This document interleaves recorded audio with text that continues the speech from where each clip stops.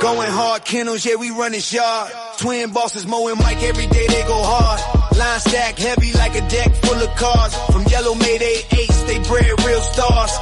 Welcome to the yard where the legends get raised, where the chain spots shine and the bloodlines praise. Grand champ King Kunta with that royal type stride. Red ruby in the pen, red hot worldwide. The brat in the cut, keep the hustle on track. Pretty mama got the look and the structure intact. L-Ride bring the heat, yellow bird bring the flame. Gus and 38 special certified in the game. What day in the ring, crowd love in the scene. Dogs moving like ghosts in the champion's dream. From yellow to buck, their foundation is tough. Yellow buck in the veins, yeah, the roots run rough. Mayday in the pedigree, ace in the spine. That old school fire still alive in the line. Twin brothers in command, pushing forward with pride. Going hard on the banner, let the whole world ride. Hard work in the yard, every sunrise earned. Legacy in the dirt, with every chain spot turn. No shortcuts taken, no champions bought. Just blood, sweat, time, and the lessons they taught. Going hard, Kennels, yeah, we run this yard. Twin bosses, Mo and Mike, every day they go hard. Line stack heavy like a deck full of cards. Yellow Mayday ace turning pups into stars. Sheriff Pal bought us in the game, stamp legit. Find them in tornadoes, pedigree. Hall of Fame, double grand champion. James Pogay, the formula showed how to build and sustain. Blueprints in the blood, yeah, the knowledge remain. T.O. our partner, Ohio Cash showed how to win. Turn losses into lessons, now it's trophies we spin. Mama, Triple M, deep south in the mix. Arsenal, Kennel, Stone City, solid foundations, no tricks. Hardcore, BLB up in the spec is 6. Yes, yes.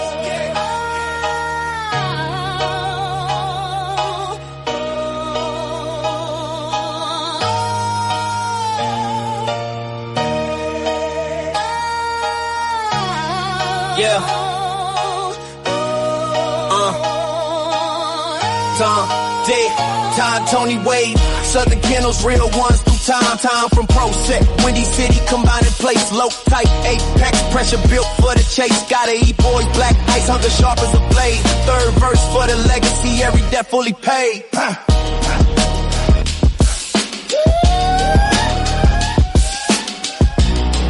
Yeah, I said third verse for the legacy, every debt fully paid.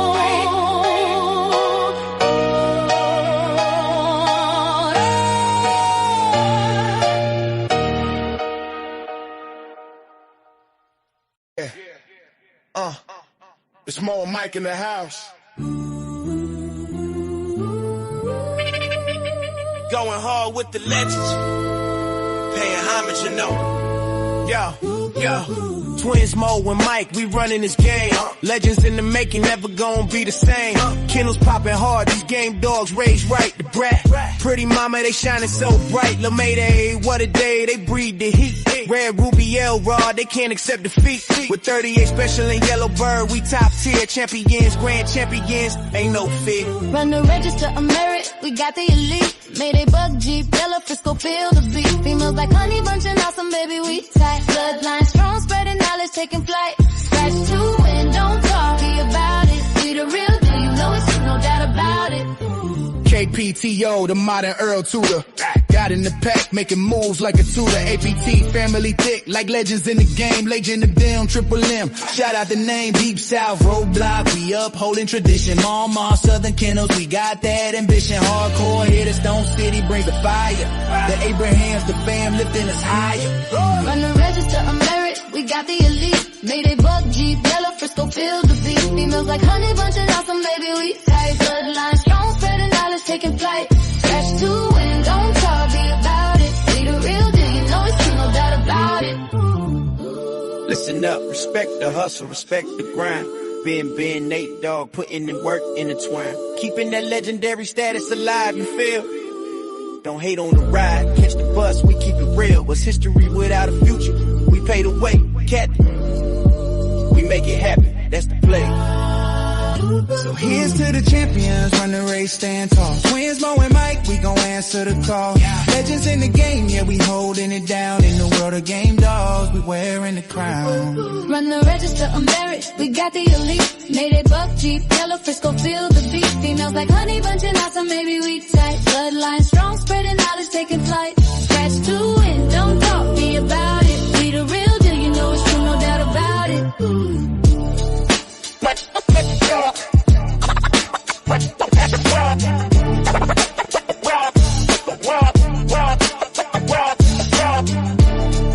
Shout out to Ohio Cash, the man with the plan, Rastaman Boom, Schoolboy, aka the. There's levels to this game. Develop your game. Develop your game. Develop your game. Develop your game. Rob, rob, rob, rob. Rob, rob, rob.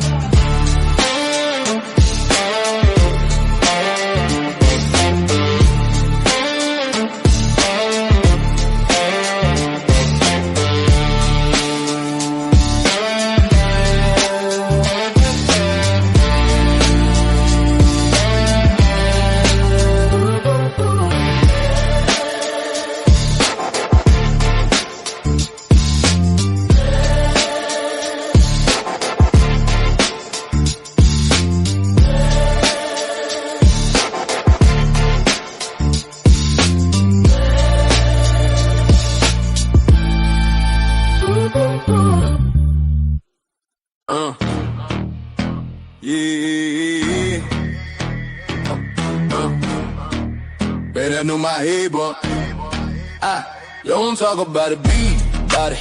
That's the code we live in the game with them people. See the proof and how to give from the pit to the trophies. Every chain, every game. Don't talk about it, be about it, be about it. Don't talk about it, be about it.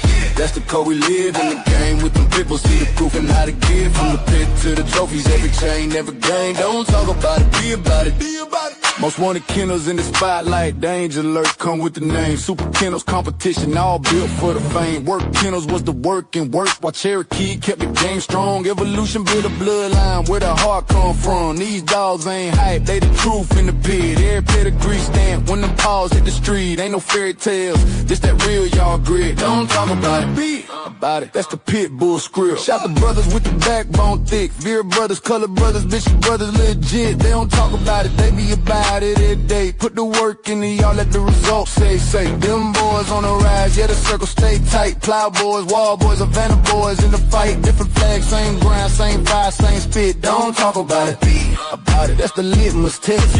Legend of doom, behind set tone. Locked tight, locked in, carved in stone.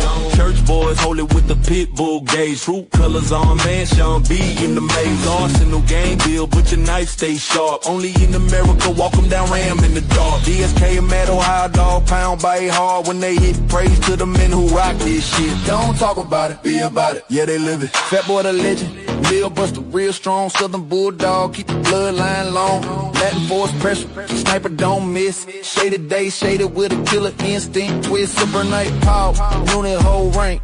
Boot camp, click hitting like a Sherman tank. Little fine with the vision. Tennessee dog pound, got their eyes on the pit. All legendary and little shit. Don't talk about it, be about it. Yeah, they built it brick by brick. Talk about it. Yeah, they built it brick by brick. Talk about it. Yeah, they built it brick by brick. Talk about it. Don't talk about it, be about it. Don't talk about it. That's the yard law, from the pups to the legends. Everybody stand tall. Every name on this track got a story that's lit. Don't talk about it, be about it. Every name on this track got a story that's lit. Don't talk about it, be about it. Call this some legendary pit bullshit, pit bullshit, pit bullshit, pit bullshit, pit bullshit, pit bullshit, pit bullshit, pit bullshit, pit bullshit, pit bullshit.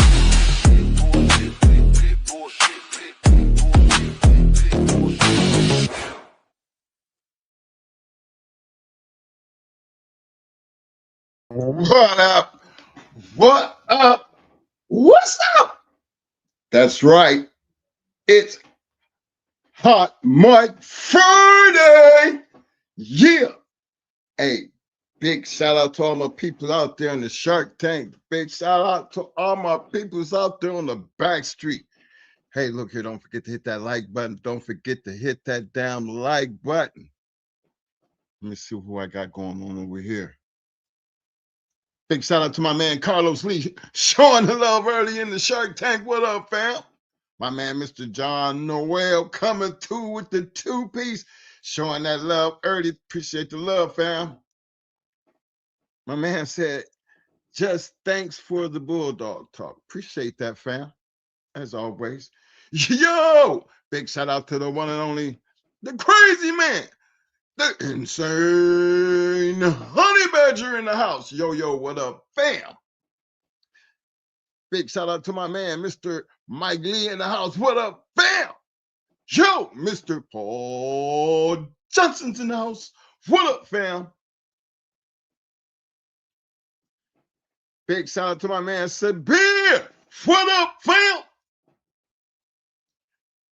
Big shout out to my man, Mr. Chico Nicholas. What up, fam? What up, though, fam? Yo, holding it strong, my man. J-Rock. What up, fam? Big shout out to my mans and them over there at Small Time Kennels in the house. What up, fam? Big shout out to my main man, Mr. John Dimbry. What up, fam? Hey, appreciate everybody for showing up tonight. I know Mo somewhere out there. Hey, yeah, that's him. I hear his TV and everything. Hey, man, look. We're going to be doing some dog talk tonight. You know, I just wanted to get this thing out the way real quick. Y'all know what we do over here at this channel right over here. You know, we got a big kid, you know, we got a long history dealing with these dogs. And one of the reasons we got back into this thing, and I've always said this, and I try not to I'm trying to make sure I reiterate it as much as I can, simply because there's nobody writing books and, you know, stories about some of the guys that we knew of in the past. And again, I find it always a blessing and a pleasure to live this long and to look back on the last 20 and 30 years and still see and be able to see and hear some of the stories that people talk about, you know, the people that I knew. It had some type of major impact on this thing we call American Pit Bull Terrier. You know, that's a history. I mean, hell, but we could talk about Maurice Carver and Boudreaux and Carver. Okay, I'm gonna let y'all have that, and that's why I take the time to talk about my people, because they were very influential in what we did in the dog game. And outside of what we gathered from all of that, they were influential in many parts of this dog game. So nobody's writing the books and nobody's telling their story. And I think regardless of whatever happens from this point forward, these videos that we put out here, they hopefully, if God permits or whatever, YouTube keep doing what they doing, that these guys that have a platform that somebody did recognize them, were able to talk about it. And I know it's enough of us to get out there, and we're trying to put out this love to everybody, which I think is good, because a lot of other people who knew other people when they have experiences game, that's what they use their platforms for. Only thing we're trying to do here, we're trying to not give just a history lesson. We're just trying to give, you know, our recognizing people that had a major part in what we did, our experiences and the things that we learned. And we share that with you. Now, this game is big enough for everybody. That's how I looked at it. I've always looked at it that way, and I will continuously look at it that way. And I always feel like whatever you learned and whoever you learned it from, regardless of what you do in life, you know, your blessing's gonna come when you pass it forward. Because that's the whole key to anybody trying to help anybody try to do anything. You know, you might not want nothing back in return, but you will always pass that down if you're true to the game and you truly a person that has that honor and integrity, who takes time and just don't help any and everybody, but one of them kind that be seeing the potential in somebody and you try to put them on the right path. You know, one thing that's going to be part of that path is, you know, pass it forward. The way I give it to you, you pass it forward. You know, I don't know how many of y'all be serious about that, but I've lived a long, you know, I guess 65 years is kind of, I still say young. Because I mean, I got almost 10, 15 years to go before I reached to when the age my father died at. So I got a whole lot more living to go. But the reason I put that out there, because you never know what happens in between. And the stories that we talk about, a lot of these guys have passed away. but we still talk about them because I think it's important, that they do that they do be remembered. And that's just my opinion. But then again, this is why we do this show. So hopefully everybody understand that and take that ride with us, because that's where we at. Chico, I feel you, fam. There's a lot of subliminal messages in this video. Look, we do crazy shit. We might be old, but we still do, crazy things. Things because you always want to just put it out there to where everybody can be comfortable and just take it and try to understand and read through the lines. You know what I mean? Subliminal messaging is always one of them things that, it only works for the people who catch the message. For those who have no idea, it'll go right over their head, because look at the song. The song is about people from the past, like the gangsters and, all the crazy shit that we see movies on. Well, this is one for the dog game. You know what I'm saying? These are guys of the past. And if you was just really get in there and, it's like, well, who is this the guy they talk about? I know that you could go out there, put these guys' names in, and something's going to pull up. That's why we tell you. Everybody in this song got a story that's lit, because, they do have a story. And it's good to see people get out there and want to know these people and understand, because I'm telling you, when you get a chance to see what made people talk about these people, you'll tend to have some type of guideline and what's direction and how you want to do to come to having some kind of success in whatever that you choose to do with these dogs. Because it's always going to be about the dog, and the man who gets all the praise will be the man with the dog, especially if you're the reason the dog is who the dog is. That is what's the most important thing, because it's a give and take thing. You got to be, have enough dog man in you to first have the right dog. And then you got to have enough dog man in you to be in it, if you got the right dog, to be able to show that this dog is considered the right dog by putting it to work. Get out there and get them ribbons, man. Ain't nothing wrong with them damn ribbons. The video was lit. Yeah. Oh, I see your mic only work when you want to jump in and say some shit, huh? You've been here the whole time? Yeah. Let me get my quick shout outs right quick. Big shout out to my man Greater Than. What up, fam? Let me see. My man, Mr. Will Turner. What up, fam? Yo, Terrence. I see you, fam. Terrence said, what's up, twins? Louisiana checking in. I see you, fam.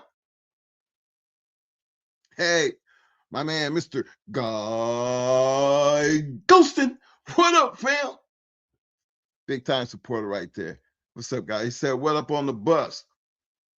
We always be checking out that bus situation, because that's the only place we can really say anything about and be safe. You can't be out here messing around with these folks. They take anything and everything and try to make an issue out of it. But that's why we say enjoy the past, because there's something to talk about. You know what I mean? When we do it this way, because there's something to talk about. And I always tell you guys, we copy off of what other people done. Some people look at that and be like, copy, oh, you're trying to recreate the wheel, but come on now. Just based on, regardless of how much history just take this what little bit you know about the American Pit Bull Terrier, just to even have one, and think, is there anything that you could possibly do with this dog that somebody hasn't already done? You got to ask yourself. Just be straight up, quit bullshitting. Don't be, just playing like, well, not really, because we can always keep going further and further back to Rick, where you can just see, oh, well, guess what? Unless your shit came directly off the boat, which everything will be unknown till you get back that far. Everything from where we work from is going to always go back to something. And it's somewhere, somehow, you're going to run into something that has already been done.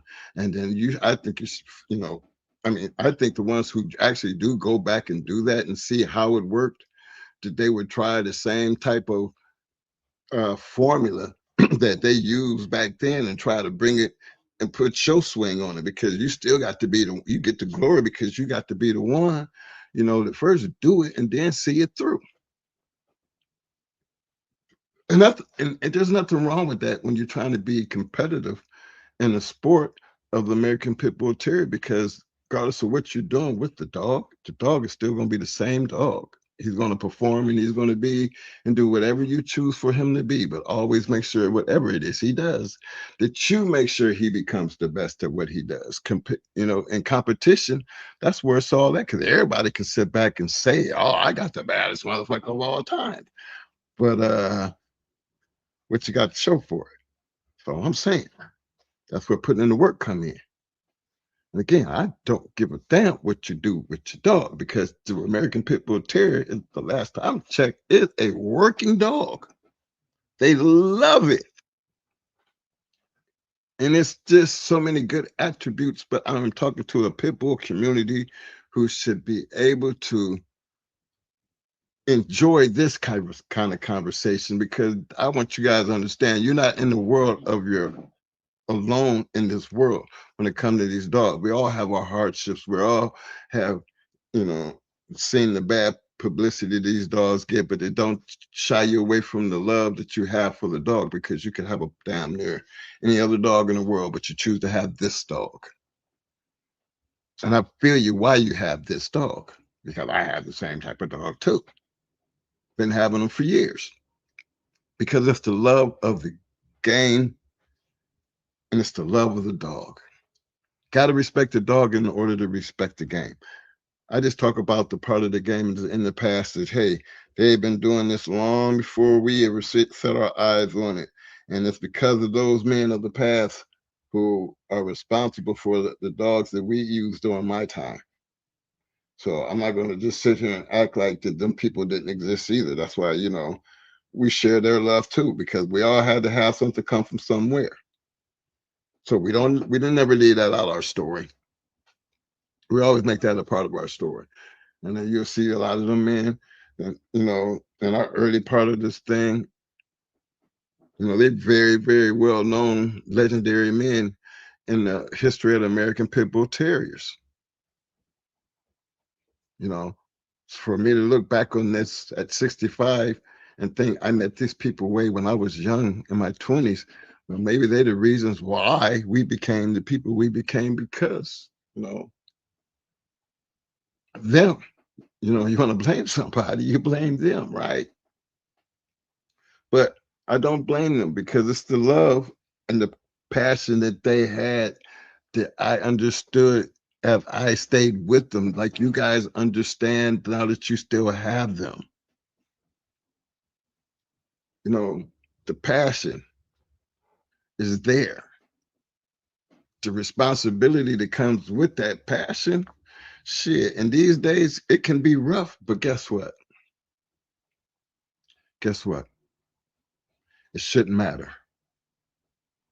Because regardless of what you do and how you do it, these are the decisions you have to make, but I'm always standing behind them. Whatever you try to do, whatever you plan on doing, however you do it, be the best of what you're doing. Because that's what matters. It does matter what kind of bulldog you got. Don't let nobody tell you just a bulldog. Hell, you can feed any dog, but it's got to be a reason why you're really keeping one around. You go out and look at them, and you take them for walks, and you feed them, and you do all that shit, man. I understand. You have to understand where we coming from. You're not in the world alone. Big shout out to my man, Happy 360. What up, fam? My man, Mr. King James. What up, fam? But y'all know where I'm coming from. This video that we put in, I'm gonna do like a little release thing. I just threw it out there tonight because I just like my fellas to know, this is the next thing coming down the pipe. The group of guys, I just call them the yard. You know what I'm saying? That's the yard, you know. So you got to read into the video and what it represents. You know, it's about a past. A past when I actually happened to live through as a young kid. I call it young at 20, coming up through a certain time period, you know, and looking back on all that and telling my story. And I want y'all to have fun with it. Because, you know, you throw subliminal messaging around, like I said, a lot of people might not even know a lot of the people that we talking about in the video. But then there's a lot more than that going on in the video. So if you just watch the video, and then the people that you hear about, go look at it. Go, you know, just go check out their stories. They got some hellified stories. And we got many more that we didn't know getting that song. But then again, we play these songs because we want these names implanted. You know, it's good to hear people talk about my boy Sean B. You know, and Arsenal. And guys, man, you probably wouldn't hear their names no other time unless you happen to be up there, up north, in a very small crew. And I know he was such a nice guy that he got so much knowledge that if you know him, you know, you know, he deserved for other people to know this kind of people still exist. So that's one of the things I just wanted to talk about right quick before we get started into this situation, because, you know, once Mo gets started, he'd be off to the races. Let's see. Appreciate that, fam.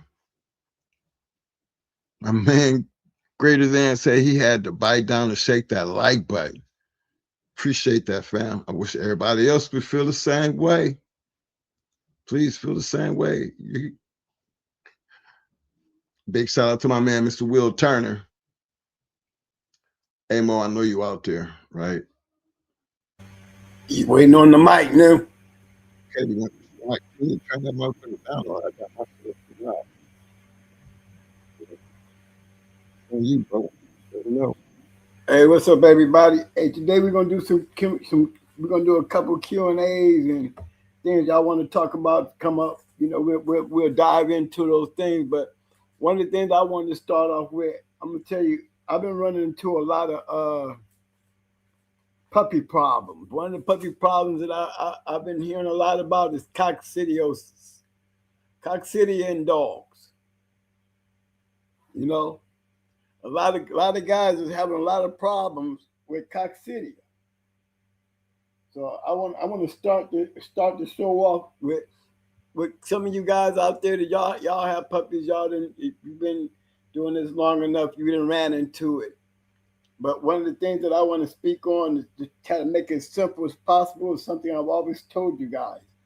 If you take care of the female, remember when that female had those puppies, who's licking up all the shit and piss that those puppies is putting down? The mama. The mama. That mama keep that kennel cleaner than you do. You know what I'm saying? When she has those pups, those first couple of weeks, it's all on her.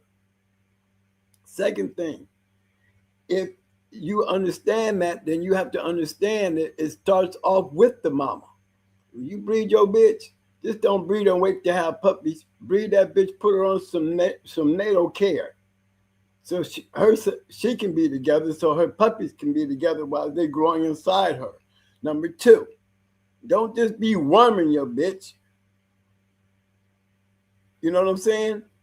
Get your damn microscope and check your bitch to make sure what worms she has so you'll know what worms to treat. You know what I'm saying? A bitch can have coccidia through the whole time of bringing her puppies out, and then you wonder why some of them are so weak and not looking healthy and shit, you know. And the mama, you know, as she having the puppies, she's shrinking up, looking like she's been on pups for 3 weeks, when she shouldn't have to look like that, you know. Having litters of puppies become a lot easier job, especially when the mama takes care of those puppies for 4 weeks, licking and slapping up piss and shit on her own and cleaning her own puppies. So the cleaner and the more you take care of her, the easier her job is to keep her puppies healthy and safe. Okay? One of the things I want to step into, I want to show y'all what coccidia looks like in a microscope. Okay? See if I can pull it up.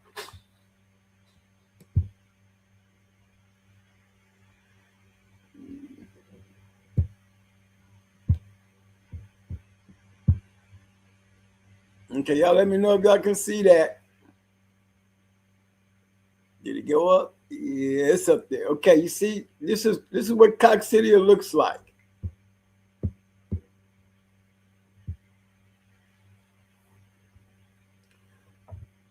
See that? See those pictures there?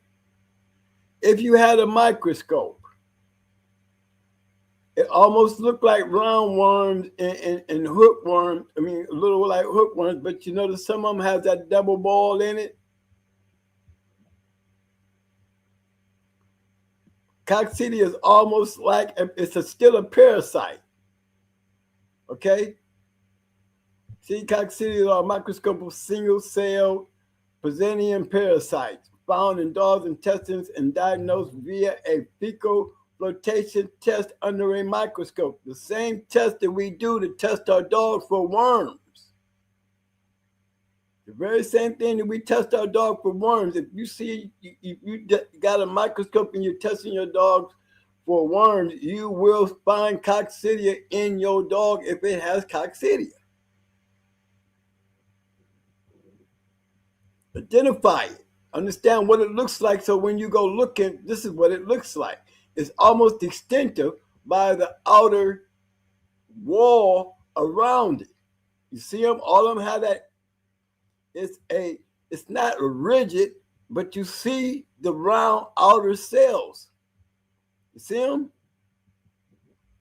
That's coccidia. Coccidia will tear your litter up because it's a very contagious disease. And just imagine if the mama is licking up the piss and shit, then what do you think she's giving back to the puppies when she's out there nursing them? And how long is it going to take before you realize that you're going to have a sick bunch of damn puppies?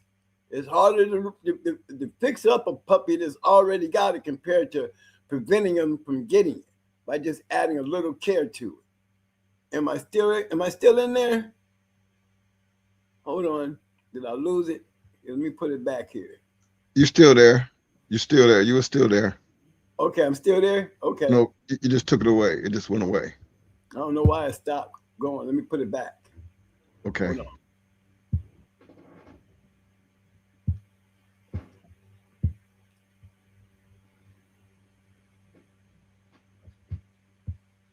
What are you doing that? Let me see what I got here.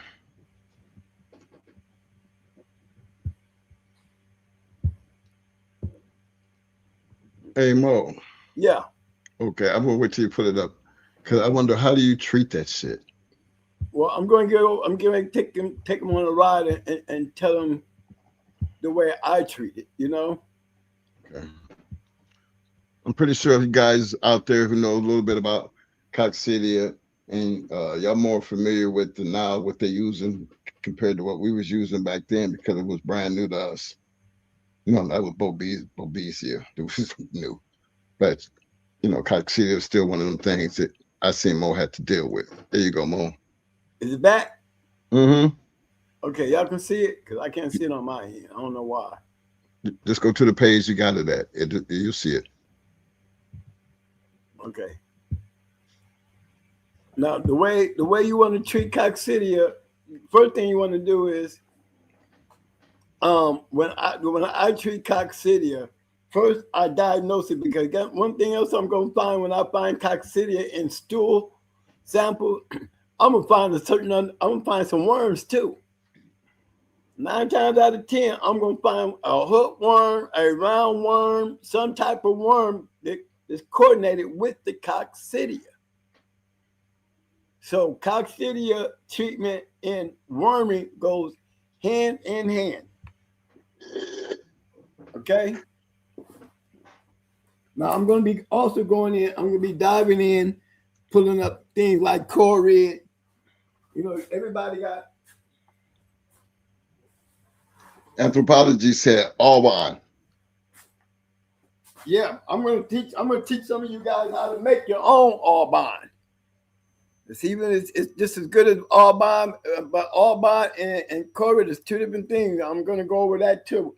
First thing I'm going to do is I'm going to pull up the Alban and show you what Alban does. Then I'm going to show you what core does in the use of what I use to treat my pups. Because Alban, you have to go to a vet and get that as a prescription. Am I correct? That means you have to go to the vet to get Alban because it's a prescription drug. Okay? Both of them? Not core. Okay.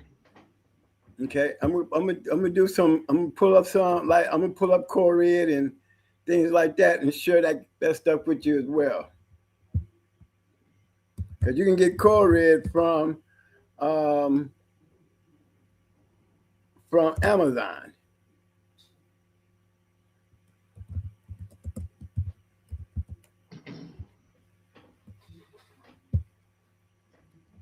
Let me see.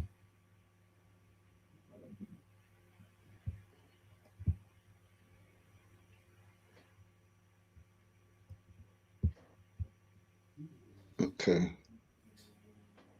Okay, give me a few seconds here, guys.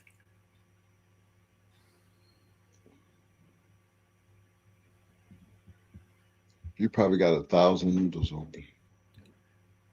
Well, I got the one window open. I'm getting ready to get my core window open. Okay.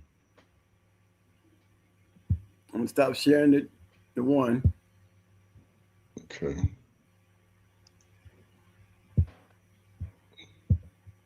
Let me know if y'all see that core red. Let me see it now. Now see it? Yep. Okay, this is core red from Amazon. You don't have to get the big bottle. I don't get the big bottle, that big jug. I get this one right here. It even carries core red in a small pack. You know, that core red can do a whole lot for dogs when you're treating it.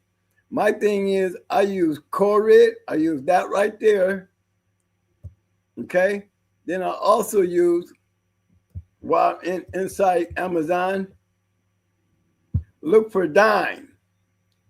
D-Y-N-E.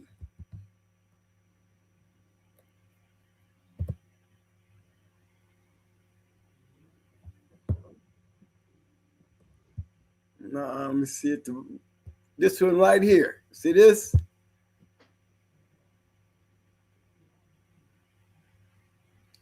Dyne. What it is, Dyne is a high-calorie liquid nutritional supplement for dogs and puppies 8 weeks and older. Supports performance and endurance, sweet to the flavor. Okay, the reason why I get this is I make my own Alban with it.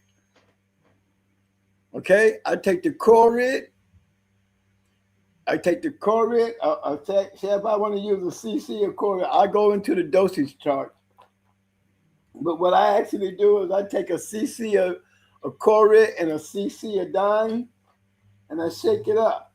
Now, if I'm dealing with a whole litter and I got to do a whole litter, then my math would be, if I was using the Dyne and the Alban, it's 1 cc of core red to 1 cc of Dyne. Okay? That makes 2 cc's. When you get it together, that's a total of 2 cc's. Okay? That 2 cc's will cover any puppy under 10 pounds. All right? If you were using straight core red, you would use a 0.5 cc under 10 pounds, a cc over 10 pounds, 2 cc's is 20 pounds and over.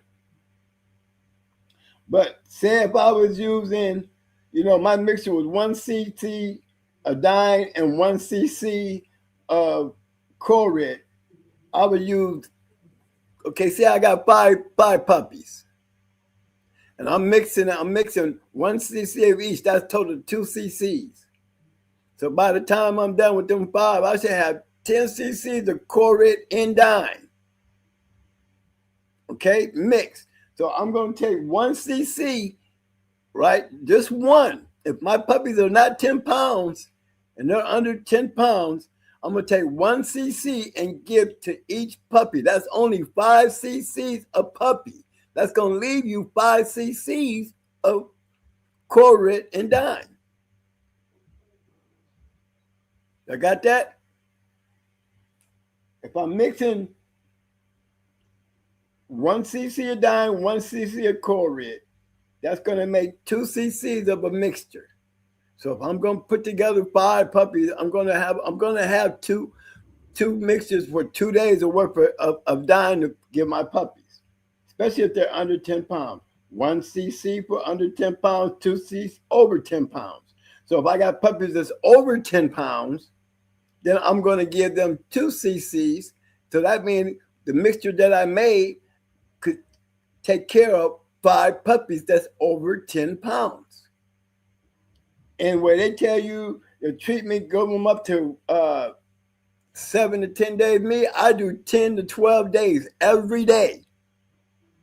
10 to 12 days every day. I give them that, especially if I have diagnosed it in their stool. Okay, now in the PP, when it comes to, remember I told you, you just don't give them the dime and the Corid, to deal with the Coccidiosis. Now we also have to deal with the worm. That PP worm, what is it, parental shit, that stuff right there, Nemex, aka Nemex. I'm gonna see if I can pull that up right quick and show you that too. But that's another thing, that the one that I use, I don't use Nemex, but it's the same active ingredient of Nemex, except it carries, the one that I get is almost like 40% stronger than the actual Nemex that y'all get from the vet, which comes by prescription, and costs more.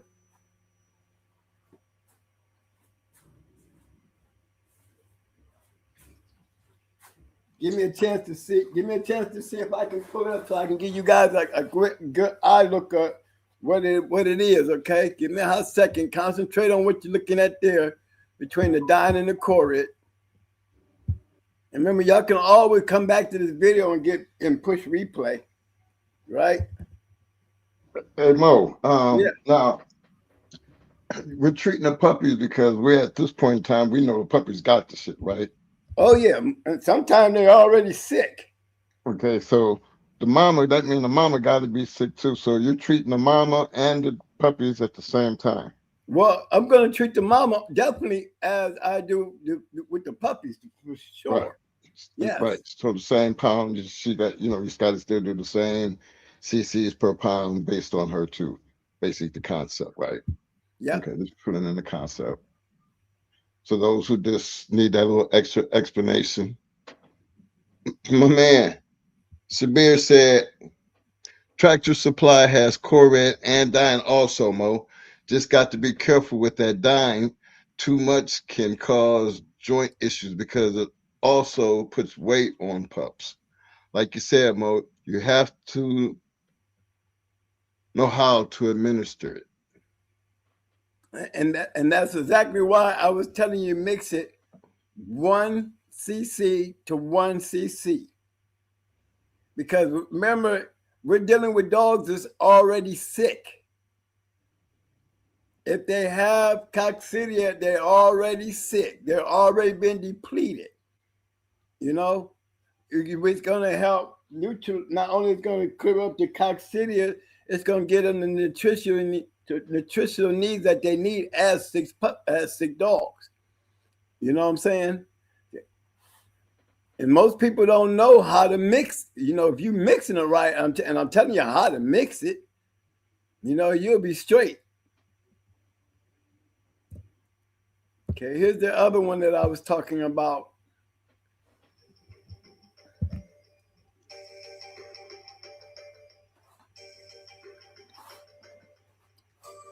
Hold on 1 second, guys.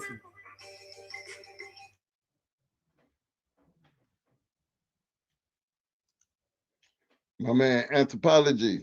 Appreciate that. He said all bound and cord work different. Cord don't allow dogs uptake kill B vitamins, which can make them deficient. So a B supplement is required.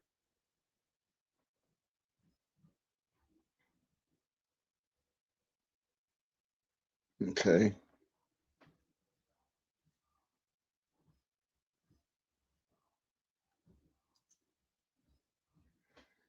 Uptake B vitamins, which kills the parasites.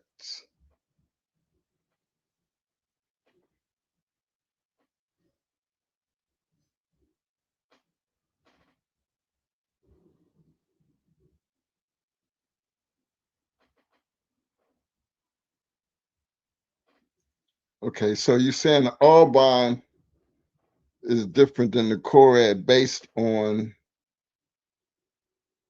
the Corad doesn't allow dogs uptake. It kills the B vitamins. If that's what you're saying, please put yes there so I can make sure I'm reading that right, because that is the difference between the two. Hold on, let me see. Hold back. Hey Mo, you back? Yeah, I'm still here. Okay, I had your mic off, whatever you was fixing to do. So no, go ahead. You can keep it off while I'm putting up the rest of the stuff. Okay. Let me see here. And throw.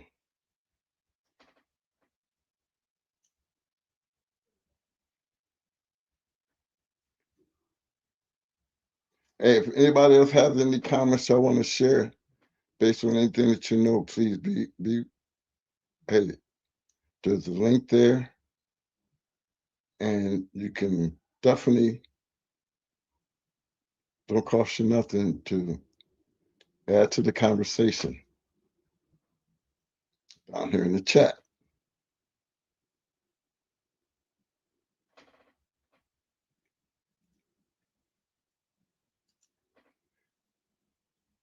Greater than said, now hope you healing every day. I appreciate that. Greater than, yeah, he's still walking around. No, he ain't using the wheelchair, but he's still doing his little walker thing. He don't do as much because that surgery done made his ass realize he got to sit down. So, but appreciate you checking in. Big shout out to my man Chico Nicholas. Hadn't heard from you, fam, but my prayer's been with you, man. Hit me up when you get a chance. Okay, Mo.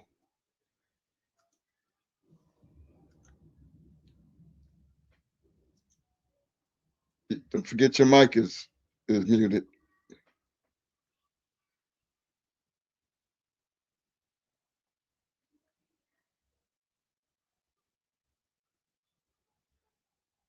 My mic. Okay, I'm back, guys. Y'all see what I got on the screen, right? Yeah, hold on, Mo. Let me read this right quick, my boy. Okay. While you're out. My man, anthropology said, I'm sorry, Corate don't allow the uptake of B vitamins, which kills the parasite, but a B vitamins supplement is required. Is they will become B vitamin deficient.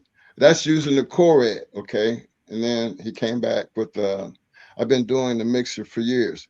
Mike, my mentor taught me that when I was his yard boy for like 6 years. It is also a must to use amino B plex liquid, which is also a Tractor Supply.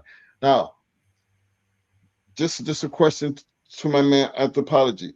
So that's the Corate. Okay, now let's substitute, because I'm pretty sure you're talking about I would think that you use the Albon. Run that by me on how you use the Albon, and if you need that other supplement, like The amino B. yeah, I mean, yeah. I hate to have you doing all that typing. I'm so sorry, Anthro, but you seem to be doing pretty good, fam. Just help us out here. Yeah, and Sabria and my boy 2583, he got a good one. But the other thing is, and neither one of these that I hear you guys mention, the dogs are wormy. Neither one of y'all. Where you at? 'Cause I missed something in here. What did I miss? Am I that far behind with the comments? Yeah, I'm down here with 258. He said, I've been doing that mixture for years, Mike. My mentor taught me that when I was the yard boy for 6 years. It's also a must to use amino B. Yeah, I'm sorry, that was severe. Yeah, that was severe. Anthro. Well, in my cases was, in both instances, neither one of them, discusses the worm issue. Dogs just don't have coccidia so related to another parasite. Usually when you have coccidia, you have hookworms, tapeworms, you're going to have some type of worms in your dog, that's where all the damage is being done. It's not this being done by the coccidia, because coccidia is related to another type of parasite that's in the dog. The best way to know that is you got to put it under a microscope. It's not a guessing game. If you're not using a microscope, then neither one of them did I ever see either one of them identify what worm came along with the coccidia. Well, we didn't really ask them because we wasn't dealing. Well, when I spoke on it, what did I speak on? I spoke on, that's why you see on the screen, you see that parenthethol, that wormer. Well, that's what you was going to go get. Right, but I also spoke on the worming, I said coccidia is related to and associated with some other type of worm. Okay, now with the wormer, now we've been in all the CCs, and you got to worm the puppies all at the same time. You said you do the coccidia treatment 7 to 10 days straight. I use it 10 to 12 days. I use 10 to 12 days. I go beyond that. I go 10 to 12 days, and I don't go just the regular wormer. I go up to 5 days with the worm medicine. Okay, now we're getting into the worm medicine along with the coccidia medicine. All right. Along with the coccidia medicine, I do 5 days of worming.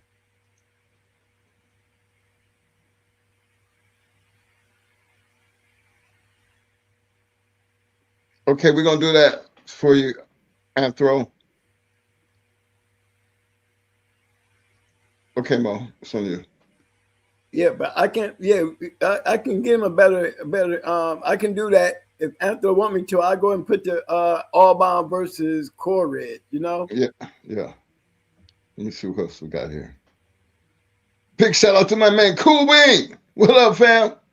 Cool Bean said, "Got to be careful getting things from Tractor Supply. Stuff don't get transported correctly. Known to take or kill litters. Better just order online if you can. Just some, for your information. Just for your information. Appreciate that, Cool Bean.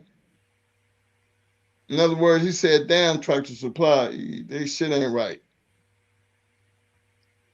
I remember when the dogs would get dying from the dog food, they really didn't put out there who was selling the dog food or what's dog food, or I just mixed what's dog food was actually doing it.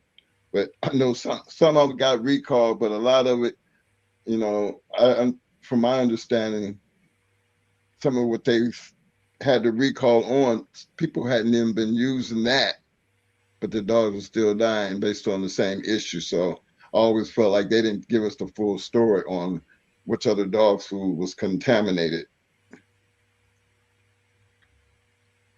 Yeah, Coccidiosis says it lives in the same condition as worms. But my thing is, if your puppy has got worms, your puppy is most of the time going to have coccidia. If they're still on the mother, you have to treat the mother as well. Mother should be getting a worm sample as well. And when you have puppies in your kennels, it's off the mama. Most of the time they catch coccidia from shitting and stepping over and over in their piss. I mean, in their shit. Why? Because they have worms. My man, Mr. William McNeil, what up, fam? He said, yeah, they come with hookworms. Right. And it's usually caused by them stepping in each other's shit. You know? Anthro said coccidia lives in the same conditions as worms, but also being a stagnant water without worms. Yeah. Standard water. Yeah, well, you see, I use the PPPP shit because it's 50%, it's actually 40% stronger. This stuff right here, this one, what I got on the screen right there. Take a good look at that. The active ingredient is the same active ingredient in Nemex. Now, if you look at Nemex, when you look at the active ingredient, it's only going to be 10 milligrams. The one I'm showing you guys is 50 milligrams. So it's 40% stronger than Nemex. So you have to understand that when you're giving your dog the dosage, that we're dealing with something that's 40% stronger than what the vet will sell you, you know, at the vet with a prescription. Yes, you can use Panicure, but Panicure also kills tapeworms. See, why would I want to use the Panicure when it costs so much more if I'm not dealing with a tapeworm problem? See, when I go to use the tapeworm medicine, I use tapeworm medicine because that means I at some point had a flea problem. At some point, I had a flea problem. If I don't have a flea problem and I'm taking my dog's stool and I don't have no tapeworms, no, I will not need to use Panicure, because if I'm going to use Panicure, I might as well use Safeguard. I will go over that use of Safeguard too. Guys, y'all got to remember something. I fed over 80 dogs. I took care of over 80 dogs and had many litters. And I have a lot of experience dealing with a bunch of damn puppies. And I learned a lot of things without having to go to the vet getting prescriptions. I learned a lot of things about why it was important for me to have a microscope. You know, microscopes takes the guessing out. You know, yeah, Panicure is the cure-all, but remember that little tube of Panicure used to cost almost $300 for that little tub? You know which one I'm talking about, when I can go and buy some Safeguard, the same active ingredient, except Safeguard comes in at 10%, when I need 22.2% for a dog. So that means my dosage has to be aligned in a different way. If you understand and learn how to use the dosages and know how to measure the dosages, you would get that down pat, which I will go over teaching guys how to do dosages compared to 10% to the 50%. You know, I would teach you those dosages. There's so much more to learning, so I would take it piece by piece by piece. But this is what makes you a better dog man. See, you're only going halfway when you're using resolutions to fix a solution. I go a little deeper than that. I go in deeper than that and show you this is the most cost-efficient way if you understand why you're doing it. That's the same as what we do with Ivermectin, where everybody's out here buying this one-shot pill thing when you could just use 1% of swine Ivermectin to take care of your dog from ever catching heartworms. 1% swine Ivermectin. Every 30 days. Every 30 days. And if your dog has heartworms as a young dog, if you did that a whole year straight, go get your dog tested after doing that for a whole year. I guarantee you, your dog will not have heartworms. These are things that I have done that I'm just passing down the line, you know, that will come up. You know, I never had lost a puppy to coccidia.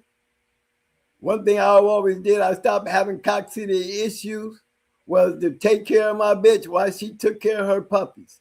If I take care of my bitch while she taking care of her puppies, there's no need for me to worry about her having hookworms, because where'd they get them from? Ain't no dog in the yard have worms or fleas out there when we had all them dogs either. Because I did all through the precautions of, in the beginning of the summer, I used permethane and mineral oil, spray the yard, and just sprayed the whole damn yard with permethane. I used to got me a whole couple boxes of that front line and break each one of them little capsules down. You know how I do it, Mike, and use my syringe and give them the exact weight that's required for that particular dog and do the whole damn yard. That gives me 30 days. If I have any type of fleas and somebody bought in my yard, that gives me 30 days to clean up that damn yard and find that flea, those flea patches, and get rid of them. That means for the first, it takes fleas 12 days, fleas die. You have to get in there in them 30 days and break that cycle. And just don't take one treatment. It's like every 2 days, go back and spray the yard. Every 2 days, go back and spray the yard. You know what I'm saying? And then wait 4 days and go back and spray the yard. Once you get up those treatments in the first 2 weeks, that's a cycle. And then you come back, wait 5 days, and go back and do a whole nother cycle that takes you down to the 30 days. That means, one, you know the fleas ain't jumping on your dog because you got them protected with your front line. So that gives you all the time in the world to treat your yard in that 30-day period. That little bottle, that little thing of permethane, hey, it might cost $40, but imagine if you feeding 30, 40 damn dogs and you treating your yard to get rid of all the damn fleas that you might have picked up from somebody coming on your yard with the fleas, or a dog coming on their yard, or a cat or an animal coming through the yard with a flea, and now you got a flea infestation. These are simple ways and economical ways of treating those things to get them off your yard, not to go prolong the sense. You know, heartworms is just, I mean, remember, you gotta be persistent on the heartworms. If you give your dog Ivermectin, your dog, whether you live in Louisiana or living down in the Florida swamp, if you give your dog the proper amount of Ivermectin a month, every 30 days, you will not have a heartworm problem. If you spray your yard every once in a while with that permethane, you know, just go through your yard and just wet the ground up and then come back to there with that permethane mixed with mineral oil. One thing for damn sure, you're not going to have a lot of goddamn flies flying around. You're not going to have a bunch of mosquitoes flying around. You ain't going to have a bunch of ants running around, because that permethane, just the smell of it keeps everybody away. You got to use it to know it, to believe it. Everything I'm telling you, if you understand it, try it, use it, you'll believe it. This is the way I learned. And I used to have all the Merck books. When everybody was dealing with the Babesia issue, you know, it was my persistence to keep trying to solve a problem that I was dealing with that led me to the shit that the United States couldn't get in, that was actually getting into the United States. I was able to, by being persistent, finding the person who was getting it, and then he gave it all that I needed to get, not only to take care of my yard, but everybody in the country who knew that I had it, that was dealing with Babesia. This is how we knocked the Babesia problem down in the United States. By this man giving me the door that where he was getting from Russia, I was being able to get from him, and by me getting it, I took care of my yard, but then I was also able to take care of everybody else that was out there who was in need of it. And this is how we knocked those numbers down, because it was really a big problem at one time. Yeah, but Panacure is a good thing to have, but if you look at the safeguard, you know, it's easier because you can mix the safeguard. You know, if you know how to use safeguard, It's a whole lot cheaper than the panicure. That's just plain and simple. It is a whole lot cheaper. You know, and that's why when I'm feeding a lot of damn dogs, I'm looking at the economical way of getting it done. I'm still dealing with the same active ingredient. I'm just using my brains a little smarter, not, you know, just finding the easier way out by spending more money, but learning more about what I'm using to my benefit that makes it more economically sufficient for me to take care of all the dogs that's necessary. That's why I guarantee you, I have a microscope, and the person that's using the panicure that wants to kill all is not using a microscope. He just figures if he thinks dogs has worms, he just grabs the panicure because it kills everything. But if I'm feeding a bunch of damn dogs, I need to check everybody's shit. You know, why would I be wasting any medicine on any dog that doesn't need it? And fellas, let me tell you, he is serious about what he's saying. Remember, we had 80 dogs and we broke it down to 40, but it took us to raise up everything that he had bred up, and it never left the yard. So that was a lot of damn dogs. And trust me, every one of them had a shit, you know, we did stool samples. Everybody on the yard. And it was almost like it was consistent that we knew that he was going to be doing this, and it might take us 2-3 days, because remember, they still getting their walk time, they still getting their run time, you know, all the good shit that comes with them. But I think what he's trying to do is show you the economical way. Stop guessing, do these things. I'm telling you, it works. Because he's serious about what he's saying. Go ahead, Mo. I'm sorry. Like Pitwise could have said, you're looking for the active ingredient. If anyone is interested, I have a link to buy it in its purest form, which is that's the active ingredient. That's right. You know, Safeguard has it in the cow, you know, for cows. Safeguard cow, the liquid little yellow bottle, but it's 10%. Dogs need 22.2% of that perindoxal. You just got to know you got to use a little math and get your milligrams right in the dosage for your dog. So if it's got 1 million, it's got 1,000 milligrams in that little bottle that you can buy from Tractor Supply or any other place that has that cattle Safeguard. You know what I mean? You got to cut it. You know that it's not 500. It's only 500 milliliters that you're gonna be able to use pertaining to your dogs. So when you're breaking that down in poundage, you know, you got to make sure that you're giving to the dogs that actually need it. Did every dog on the yard have tapeworms? No. But how do you know? You have to test the yard. You know, that's the whole purpose of having a microscope. If you have a microscope, these are things that you will learn that everybody is not sick. Everybody doesn't have worms. Everybody don't have the same worms. If I can treat hookworms and tapeworms with the perindoxal, then I won't use my Safeguard. If I don't have fleas, I shouldn't find tapeworms in my stool when I'm checking for worms in my dogs.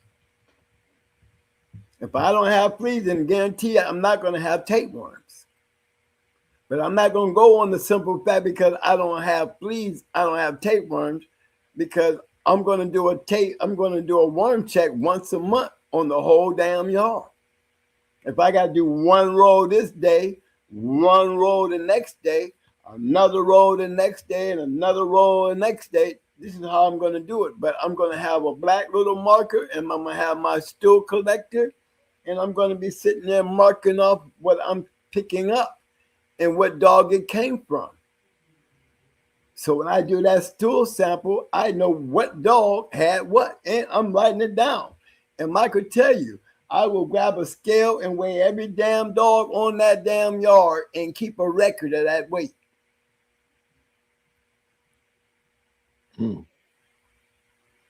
What's the purpose of having a scale if you're not using it? What's the purpose of having a microscope if you don't want to use it because you're getting lazy? Taking care of your dog is not for a lazy person to do. Yeah, it's easy to feed and clean and pick up shit, but let's talk about the other shit. Let's get down into the serious part of taking care of them and maintaining a nice, healthy yard.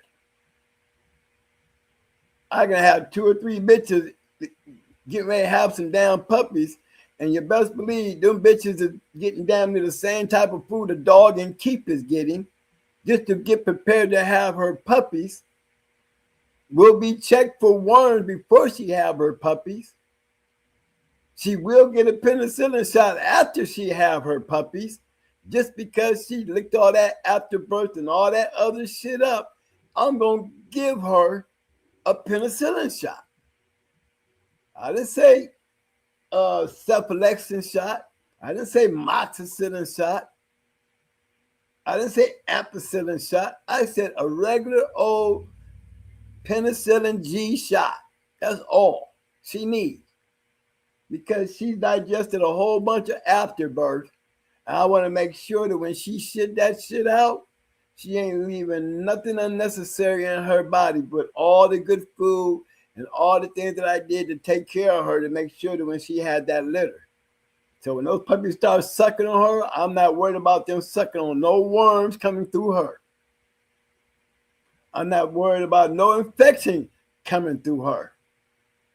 I don't have no problem taking some Banadine scrub and taking them bitches out every 3 days, taking them out and putting some Banadine under their ass and scrubbing that shit down and washing their titties off. You know what I'm saying? Washing the titties off, drying them up, and throwing them back in there with their puppies. I don't let my puppies just suck on their mama. You know, I make sure that bitch is, because she's still picking up and cleaning up and licking puppies.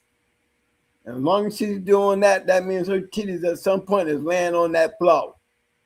And I'm reassuring that I'm not going to have no sick puppies just because her titties is laying on the floor. I am that anal. I'm anal about taking care of my dog just as anal as I am about having shit on the ground.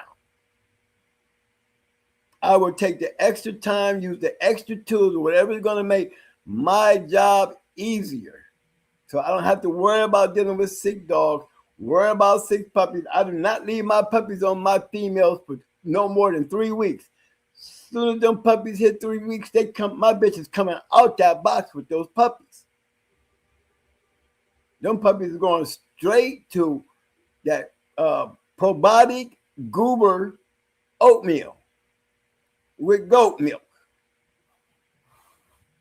That's what they spend their 3rd week. Once they turn 3 weeks old, that's what they eat. No more mama. I'm not sucking up my bitches. You understand what I'm saying? And from that point right there, it's my job to have to keep them clean. Now I'm the one that has to pick up the shit and wash out the pans and do all that good stuff. You know? But hey, 2583, you ain't saying, but you ain't, you know, you everything that you saying is straight though. You ain't saying nothing wrong. You ain't saying it in the wrong way like the human element gets lost in the text. No, that ain't it. No, we hear you.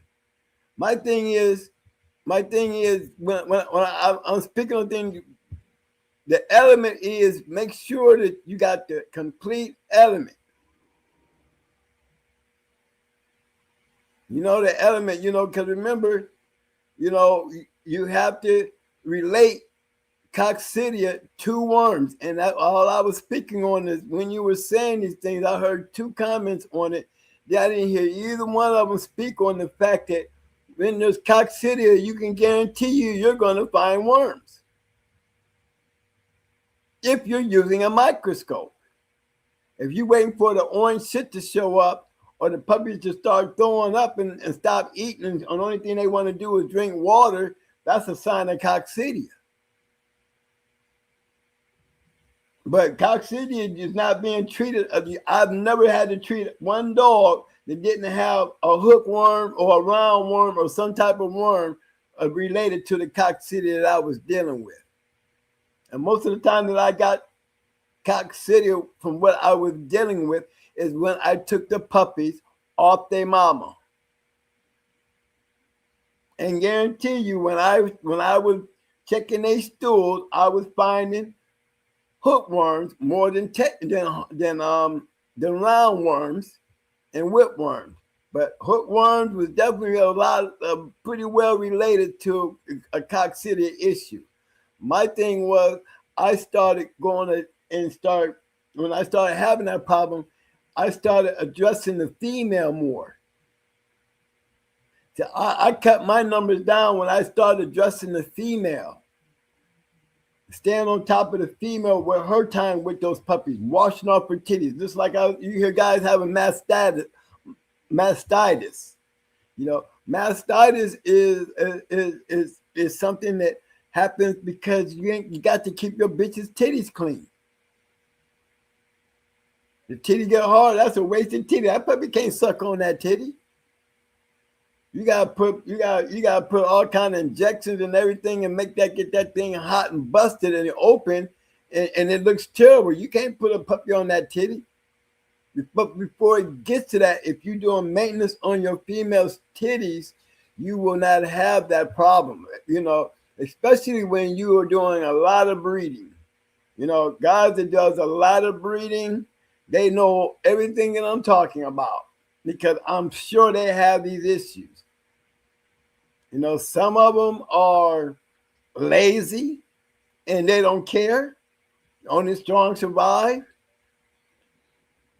People like me was learning by ear and realized that I can cut a lot of this shit down by even building the cages that I got now that I used to didn't use, I use now. And the way I raised my Malinois puppies was totally completely different than I raised my pit puppies. Because now all my dogs have drop floors. You know, I use cages that have drop floors. If you shit, I'm not gonna be having to go in here and clean off the wood. I'm going in here with a water hose and a toilet brush. I'm pulling out the pan, and while I got the pan pulled out, I'm going in there with the toilet brush in a bucket, and I'm scrubbing the drop floor there. Because they pissing and shitting on that, but I can take the water hose and spray that all day. Take the pan, dump the pan into my little shit bowl, wash off the pan and slide it back under. See, then I don't have to worry about puppies stepping in shit. They might step in and go right to the floor. The thing is, you just have to be, you know, persistent on that. When you're using wood, and things like wood, when you clean that wood soaks all that shit up. Even if you could be a guy that want to go out there and scrub his floor all the time, you know, that wood starts gathering all that shit up. And wood itself can start growing mold on wood. You use a lot, you know, a puppy cage can't be used for so long before you might as well get ready to burn it. Hey, Mo. Yes, sir. Hey, change that screen right quick. Let me go get these new ones. Big shout out to my man, Mr. Dickie Foster. What up, fam? Terrence, I see you, fam. Let's see. I seen someone else. I was late on that one. Big shout out to Talk of the City. Kennels in the house. What up, fam? Yo, Pit Boys. What up, fam? See. I mean, I like the tube of the safeguard, but the only reason I don't like using the tube of the safeguard because it's hard to squeeze into a syringe. You know what I'm saying? 2538. I mean, was that 2583? Yeah, that you know that the paste is just kind of hard to squeeze. You know, I used to get that little big paste thing. But I prefer just the old simple, you know, pour it in them up, pour it in a little thing, and take my syringe and use it like that. You know, it just made it's whatever easy for you. That's all. That's all. And you don't gotta apologize for shit, bro. You ain't said nothing wrong to apologize. Yo, big shout out to 910 Carolina Blue in the house. What up, fam? I wonder if that blue is for Carolina Tar Heels or the Blue Devils. 910, which one? Well, then that could be a South Carolina Gamecock, but I don't think I would associate the blue with them. 910, what up, fam? Big shout out to my man, Dorian Soul in the house. What up, fam? Dorian said, thanks for the information, cause pups done suck mom dreary. Yeah, I mean, for guys that like the guys who are having a lot of pups, you know, those are just things that you want to have on deck. You want to have you know you're gonna learn a lot. That's all I can tell you. You're gonna learn a lot. Well, you know me, I start giving my puppy shots at 3 weeks old. So I come out that mama, I'm giving them their first 5 and 1. They get their first puppy shot. So when I take them out the mama at 3 weeks, they getting a parvo shot. Sure is. And by the time they 7 weeks old, they done got 3 shots in them. 3 shots. Why? Because if somebody want them at 8 weeks old, when they walk up my yard with that dog, I ain't got to worry about them taking that dog home getting sick on me. You know, they have more than enough shots in them. But, you know, some people hold them all the way up to they 12 weeks old and give them a third shot. By the time they 7 weeks old, they done had 3 shots in them. I do it at 3 weeks, 5 weeks, 7 weeks. Why do I do that? Because those puppies are constantly together. You know, when you got puppies that's constantly together, you have to make sure that you don't pick up. They be so big and pretty, you know. The worst thing you can do is slack up because they're looking so big and pretty. You know, especially when you got people walking on your yard to come and see the pups. You know what I'm saying? Me going from dog to dog to dog to dog. Never know what I'm going to other people's yard, seeing them, talking with them. You never know what you bringing home. When you go around and visit people or people come and visit you, you never know what they bringing on your yard. Always think that there's something coming on your yard. You know, and I want to plant this one right here. This was a good thing right here. This was a good one. That's a lot of information because he's right. That's exactly, there's a reason why he done it, you know. Like I was saying, there's a reason why he done it, so you know there's definitely a reason why I got to drop floors. You know, I got away from the wooden floors. You know, even though I used to go in there and go to scrubbing and shit, I learned about the bleach thing early because I started noticing that where you know, that when the puppy started pissing on the wood and I'm down in there cleaning it, I'm starting to smell ammonia and bleach, like the damn near the wood be smoking. Where the ammonia coming from? It's coming from the puppy's piss. The wood is sucking up the bleach, regardless of how much you spray it. And when the puppy piss, the ammonia, it's literally ruining the wood. And on a hot day, your puppies getting poisoned. Literally poison. So there was a lot of things that got me away from the wooden kennel, the wooden puppy cage. You know what I'm saying? You know, I prefer using the little black cages with the little plastic bottoms and just getting the drop floor put in the cage. And now I'm using the black cages. I'm hooking them together. Using one end for the mom that had the puppies with the plastic bottom, you know what I'm saying? and then when the puppies get old enough to start walking out of where they in there with their mama, they go out there and there's a drop floor there. So they can go out, and then when I take the mama out, guess what? Most of the puppies is already trained to walk outside. They don't want to sit and piss where mama used to stay no more because they were so used to cleaning. They learn how to walk outside onto the drop floor and piss and shit.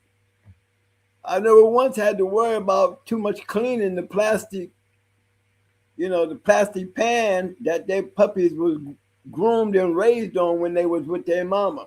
They all started learning how to walk onto the grid floor and go and shit and piss, which made my job so much easier.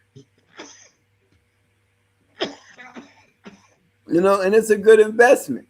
The same kind of money I put into building a wooden cage is about the same type of money I would put into the black, the black fence, the black cages, the little black cages.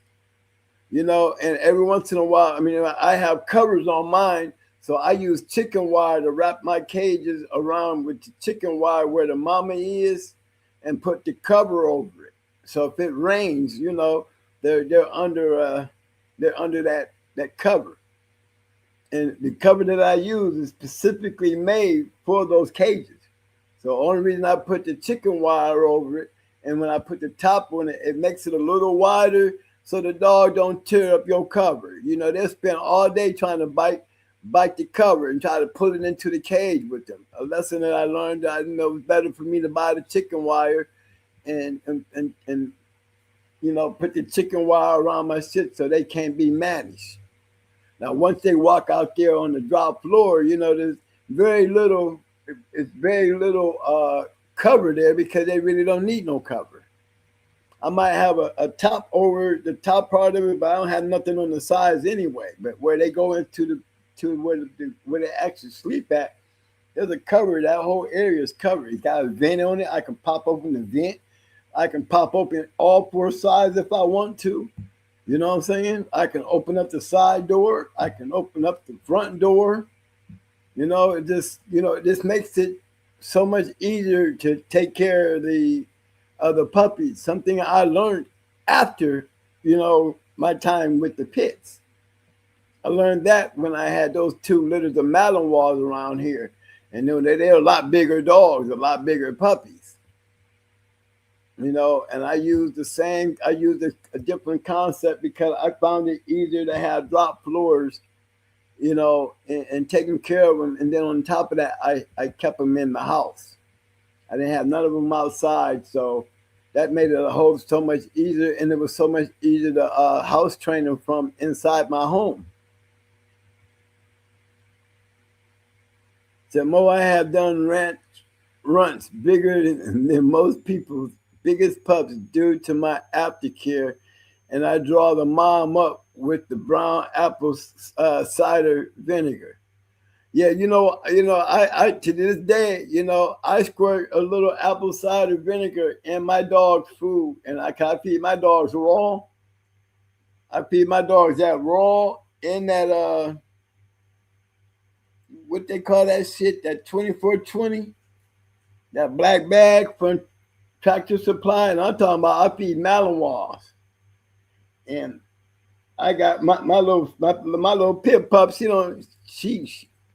She probably weigh about 40 pounds, but she don't eat but a cup and a chicken quarter a day. My Malinois, they eat 2 cups of kibble and a quarter chicken, and you ought to see how fat they is. But I also take a little apple cider vinegar and I squirt it in over their food, every day. That keeps their probiotic guts clean. Keeps them clean around their guts, and it keeps their coat straight. Especially when I feed raw, and I defrost my meat every day.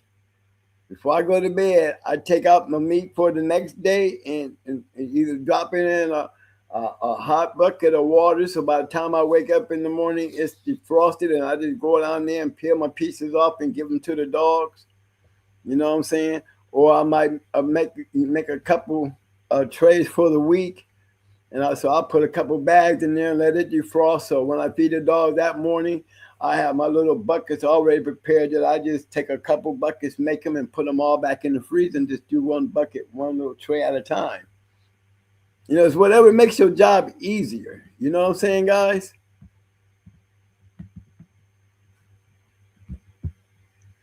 Like you said, whatever makes it easier, but the fact is, it's got to be done. It's got to be done. My man Sabir said, I work in the hospital, cleaning surgery rooms. I just grab a few bottles of Verex and clean the whole kennel with it, walls and all. Everything get wiped down. Verex kills everything. You can get it at Amazon. Well, you need to go ahead and kick that link up, baby, because that's a good one to know. That's a good one right there, Pedigree. And you can buy that shit. Hey, take note, fellas. Where you learn, you got it from the Shark Tank. I'm gonna go and see if I can pull it up right quick and give it to y'all. Hold on. Cause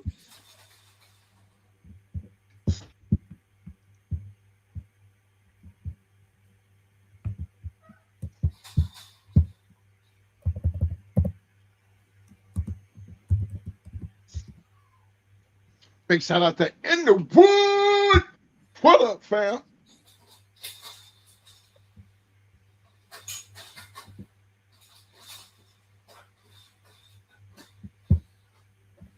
Mayhem. Are you here? Yeah. Ma'am, stop all that noise.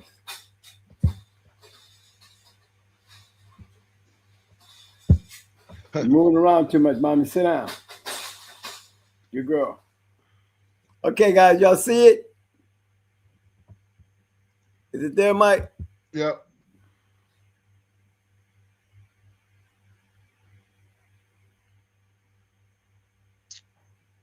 Sabri, it's not that expensive either. Sure ain't.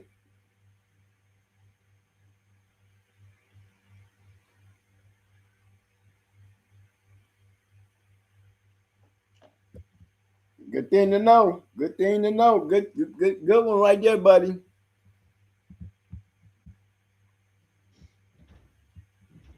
Yeah, I'm gonna have to throw that. I'm gonna have to throw that up in there and put that down in my repertoire and let the guys know about that one. That's a new one and a good one. And believe me, it's definitely needed in the hospital.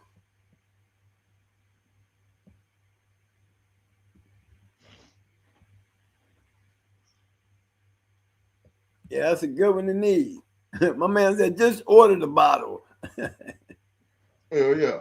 The whole carport is done. And the electric wire. But yeah, that's pretty good. That's a good thing to know, that one. But yeah, guys, I'm gonna go in one of the days. I'm gonna do the dosage thing with you guys. You know how to do your dosage in milligrams and concentration things like that. I'm gonna get that. We're gonna sit down. We're gonna go over that. I got a whole list of things. You know, that like your ivermectin. You know how much you want to give on the ivermectin, how much you want to do on the parental, how much you want to do on the safeguard. The same thing with the Arbonne. You know, the same thing with Pepto-Bismol, things like that comes in handy.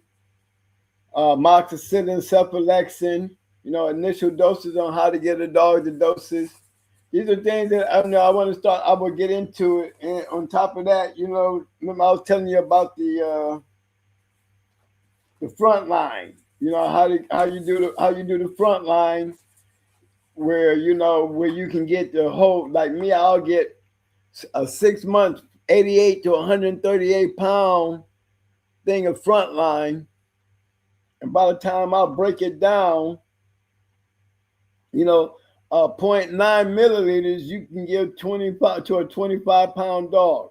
Or 1 milliliter, you give a 30 pound dog. 1.2 35-pound dog. And you know, these things, that one little green thing, it has up to 4 milliliters in it. 4. You know what I'm saying? Do you know how many dogs that you look? That's 1.4 for a 40-pound dog. 1.6, that's a little over a milliliter and a half of frontline that you put on your dog that will cover your dog for 30 days. Yeah, so what do you do with the other 3? You know what I mean? When you go buy it from the store and you look at what you're buying, it's already overdosed. They're giving you way too much, you know, and you putting all that on your dog. But if you knew the exact amount to put on your dog, you could damn near do 2 dogs. That's why I say I use the 88 to 138 pounder. You get the 4.5 milliliter, and I look how many dogs I'm taking care of. You know, and compare that to trying to compare that by to trying to protect your dog for 30 days any other way. Any other way. You know, if you go out there and you try to buy it, you know, for your dog's weight at 6 months and just putting each one of them on there, you only get them but 6 packs. That's 6 dogs. But if I'm getting 6 months, I'm doing at least close to 15 to 20 dogs off those 6 packs. You know, and what's the purpose of doing it? Because if I got a flea problem, I'm going to eliminate that problem by protecting my dogs first.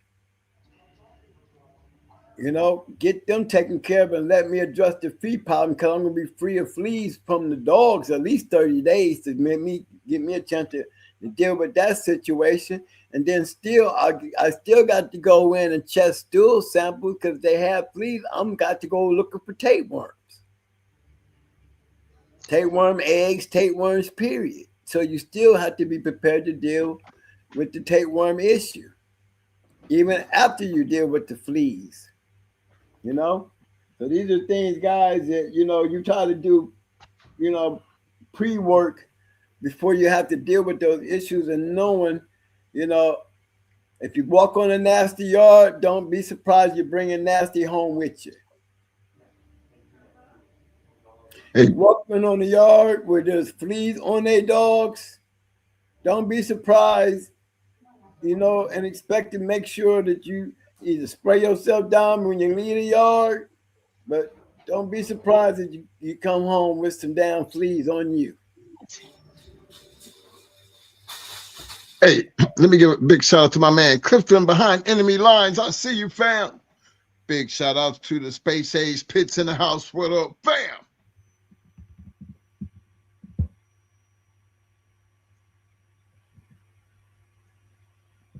My boy Sabri said, Mo, check this out.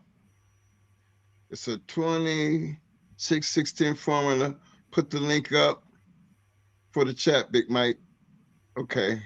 Hold on, my friend. That must be some dog food or something.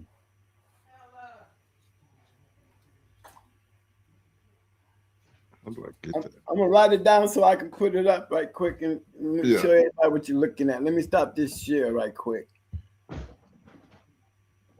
so y'all can see that.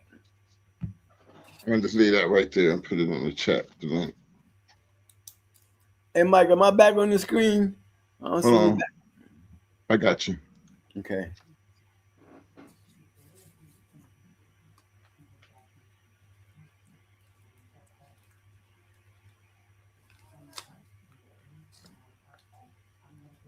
Right. Yeah, be sure. Yeah, that's right, guys. Y'all got to make sure when y'all using them chemicals, you know, you got to give it dry time. Always remember to give your shit dry time. Don't be in a hurry where you don't give your shit dry time. Always give everything you do, even when you wash your bitch with the Banadine, you know what I mean, and spray her off real nice, dry her off real good. Make sure that she's dried off real good, and still let her hang out a little bit before you put her back in there with her pups.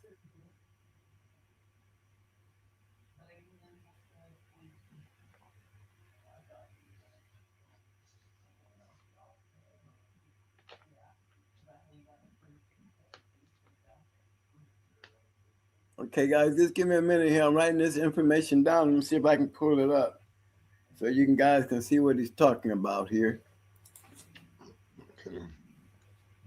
See, it wouldn't let me, we can't click on it and copy paste right quick with that one.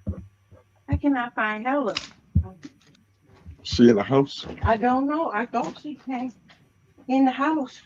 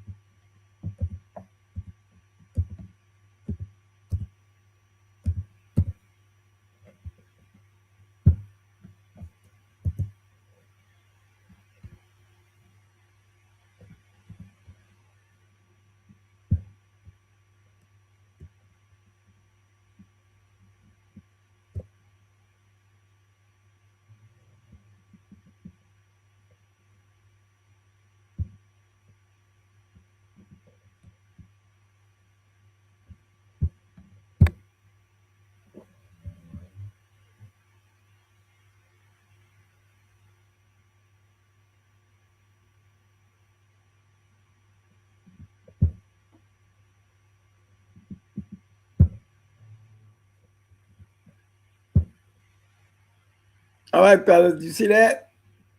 Make sure we got it up there.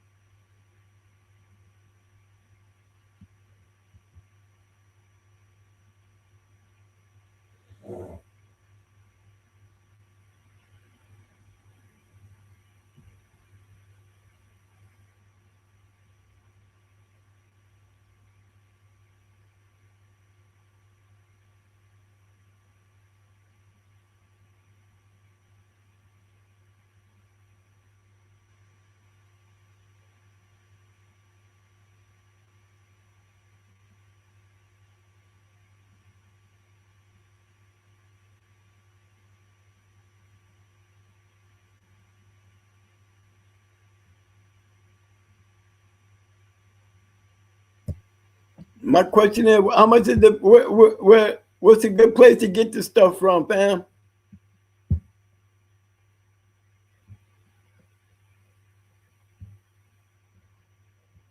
My question would be, what's the good place to get it from?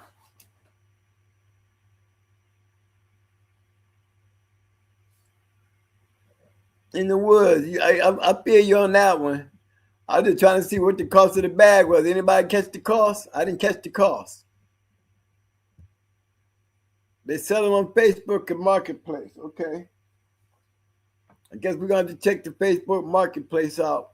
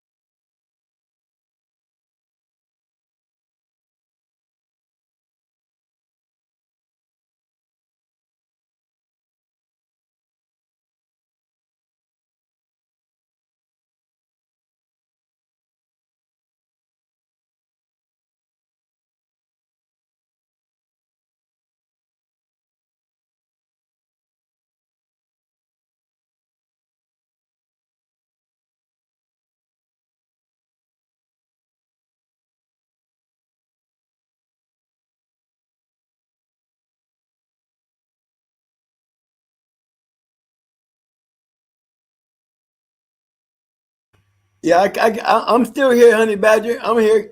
I can hear you. Can you hear me? Thumbs up.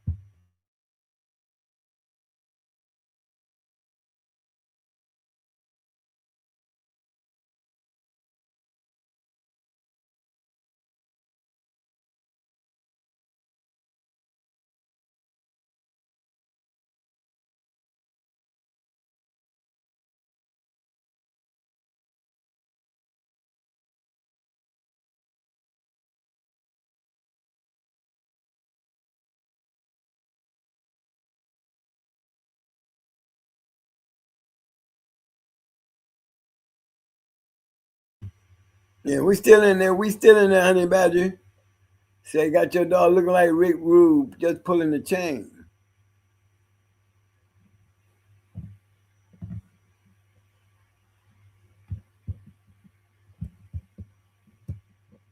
Okay, that's good information.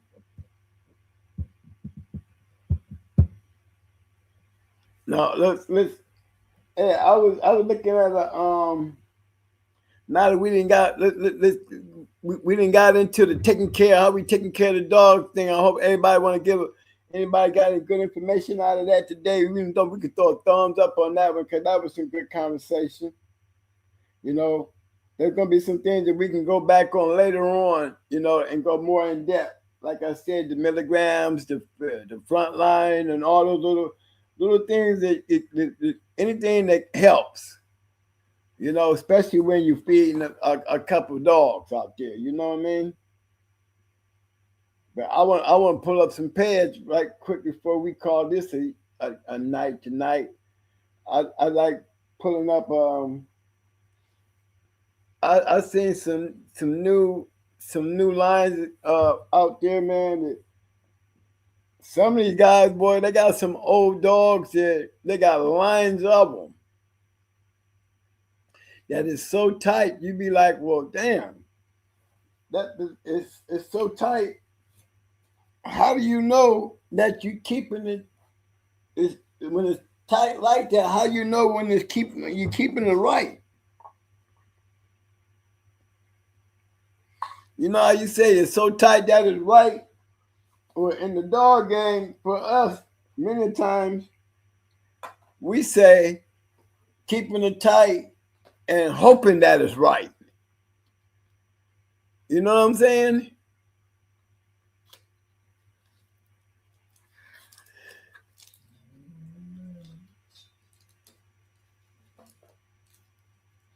I mean, $50 a bag and a bag. Is it a 40-pound bag? Is it a 40-pound bag?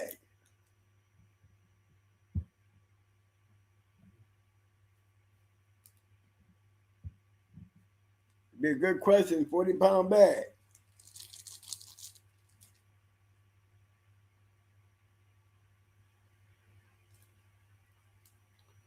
37-pound bag. That's the first I ever heard of a 37-pound bag.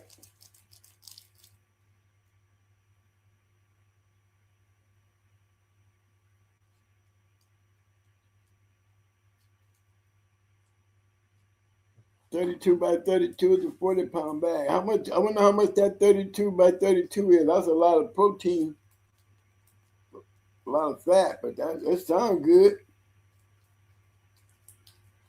Good work. What y'all think?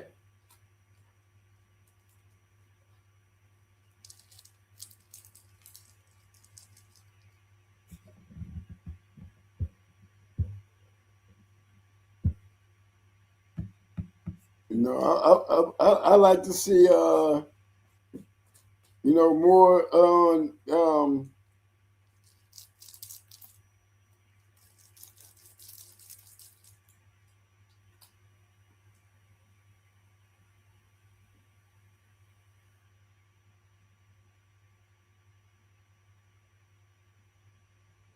he said, Ken said my big brother Rock Mo know him.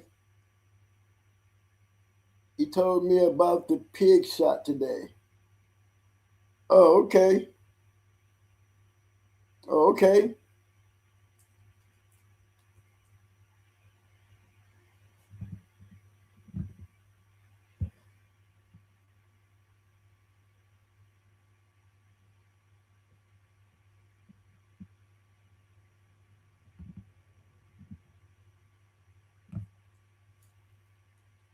Yeah, I guess I might have to step out. I thought I heard you say a dog was out.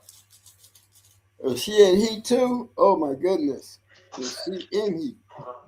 Yeah, I had to go find her Where was she? in the backyard. In your backyard. Yeah, she Hi. was. Yeah, she was tied up doing something. Killing something. Mm-hmm. I figured that. Where'd she get hold of? I don't know. I think it was a possum. But that's why she wasn't listening. I just heard the scuffle in the backyard. You know, my goddamn carport, you know that thing that came through here today? It blew my carport down. That storm? Yep. Where I usually park my bike at? Yeah. Yeah. It's down. Man down. Thank God my bike wasn't up under there. Telling you.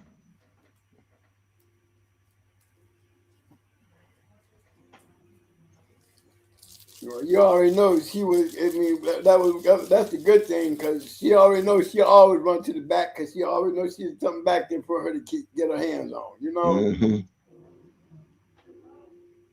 My niece out there looking for her. Thought she lost her and shit. No, she just out on a wild goose chase.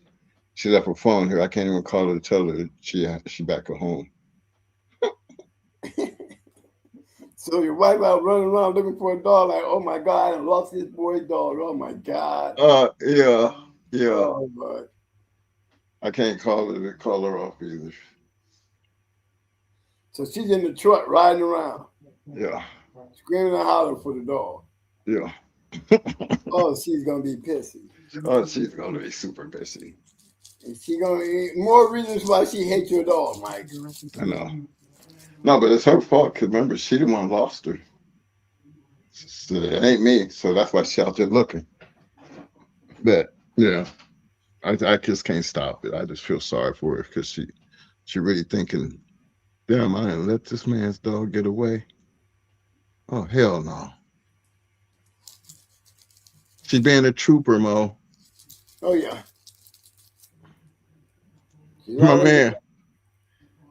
My man in the woods said, you gotta act like, where's the dog? Where did she get back? No, you don't want to do that with her. Oh my God. Oh my God. Pistol, bro. Oh my gosh. You don't want to play with her. She carry pistols, bro. Yeah. My wife carry pistols. You don't play them games with her. And she done already been bit twice by that dog. She's still taking care of that dog. No, you don't play them games with that one. She ain't got that. She a tourist. But she an up north tourist. So you already know how that shit gonna work. Tasted that little dog? Because Tony just picked up his little dog out our yard. Tony. He lives down the street. He got that little itty bitty baby. Yeah, that's who Heather was back there mopping. I found her. Well, yeah, because he was pulled over to the side. And he was, and he said, hey, and I know he's down the street. And he said, I'm looking for my dog.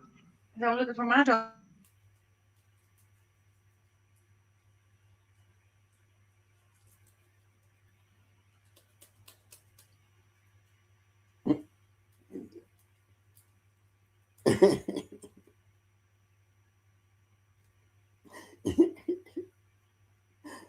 There you go. Yeah, she back. Yeah, she back. And then it was one of the neighbor's dogs, Mo. I'd beat your ass. You heard me calling you 10,000 times. Oh my gosh. Get her thing on. What the dog? Well, you know she ain't heat. You're probably trying to get him some. Yeah, this little bitty dog. Right, and he know, and we already know that she don't breed whether she ain't heat or not. She ain't doing nothing. You gotta tie that dog down to a stand and put a muzzle on her. He tried to make a break for it. You know, he was up there up under the trailer. She couldn't get to him up under the trailer. She tried to make a run for it. She got his ass. I was just cleaning out from under the carport today, and I happened to have my breaking stick right there. Oh, so you had a chance to break them off? Mm-hmm. I mean, this is little dog too, Mo. The man around the corner. He was out there looking for his dog. All right. Okay, we done with the medicine shit for today, Mike. Okay. We can do a quick preview. There's more things that we can go back to. A lot of information, guys. Hey, did you put up that that website for that link? Yeah, it was the dog food. Okay. Did you put it up in the chat, or do I Yeah, need we to? put it up on the show. They can always hit rewind later. Always go back and grab a lot of that stuff that we did today. Yeah. Cool. You know, like I was telling them, I'm gonna do the front line thing. You know, show them how to use the front line. I'm gonna show them how to do their dosages and things. You know, how to use the volume equal the dosage and the concentration. But these are things I'm gonna go back into. You know, get more in depth. You know, Hey Mo, yeah. hey, and I know you're always pressing the microscope thing because you always just felt like it's important, right? Right. Now, should it matter how many dogs you have when it comes to something like that? Because it was economical for us, but prior to, we've always had a microscope from as long as I can remember. But trying to get them to understand why that microscope is so important seems like I'm shocked that everybody don't have one. What is it? It's like everybody don't have a camera. Yeah. Some people don't get it. You know, they'll get it once they suffer. Once you suffer for something, then you go do it. But you gotta suffer first. You feel me? Yeah. Those who don't, if you can hear me say it 1,000 times, and they'll overlook it until they have to pay for it one day. Then they should have had a microscope, or they wish they had a microscope. Or they realize that they just wasting money, you know, on worm medicine and ain't figuring out what the problem is, thinking they know it, but without actually diagnosing it, because they don't have nothing to diagnose with. They just guessing. And when they fall short, you know what I'm saying? That's a lesson to be taught. If you had a microscope, you would be able to pinpoint what your problem was. Same with the people going in your backyard and snatching up a dog, or a dog getting loose one day, and you know what I'm saying? Have And a you wish yard accident. or a yard accident, you wish you had your camera. Because that's one of those moments. Now you got two banged up dogs on the yard. What you gonna do? Hide them? Are you gonna be able to explain to the animal control when the neighbor calls and said, "Yeah, we heard dogs back there fighting last night," and when they come the next day, yeah, he is two scarred up dogs. You don't have a video to show them getting loose, even though shit happens. You know, I had one guy. We were just talking the other day. He just so happened to be walking by his window, and he noticed, just peeping through his blinds, he noticed there was two dogs in a shadow. So why are the two dogs in the shadow back there? He go back there. His young dog is back there fighting the older dog. You know what I mean? Now he got two dogs on the yard. He done went back there and broke them up. But now he got two dogs on the yard. But you know what he said? He said, "Guess what, though, twin? I have my camera." And I told him, I said, "Then you need to take that camera and take your flash drive and take that disc and tape that whole incident, because it's right there on your video. Put it on your flash drive and keep it, because it's got the timestamp and the date. Because one of the dogs got chewed up so bad in the face that that ain't gonna never heal. You know what I mean? The dog's gonna always have scars on his face." So, like I told him, I said, "You want to keep that on deck, bro, because the time will come if somebody was to come back there and try to accuse you of dog fighting. Hey, dog got off the chain, and I got a video of it. So, just for that reason, you know what I'm saying? And that will always protect you from getting yourself in trouble."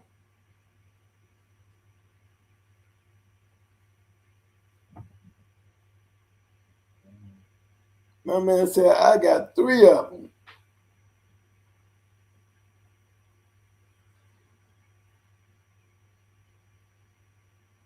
My grandson, the mad scientist, and my granddaughter, it's a sewing machine fashion queen. Okay. But that's good to know, though. You know, that's good to have when you got that stuff going on because shit, they can come in there and help sometime. Mm-hmm. Yeah, you're right. You're right. It makes all the sense in the world, Mo. Better safe than sorry. Hey man, I've had it happen to me. I had it happen to me where they came on my yard trying to call me, said I was dog fighting my dog. Remember out there on the farm, Mike? Mm-hmm. That's where the shit started at. He never could get beyond that day. You know what I mean? They tried to accuse me of dog fighting. I got motherfucking they locked down there 19 damn dogs on my yard. Motherfucker cutting them loose and stealing what they could steal.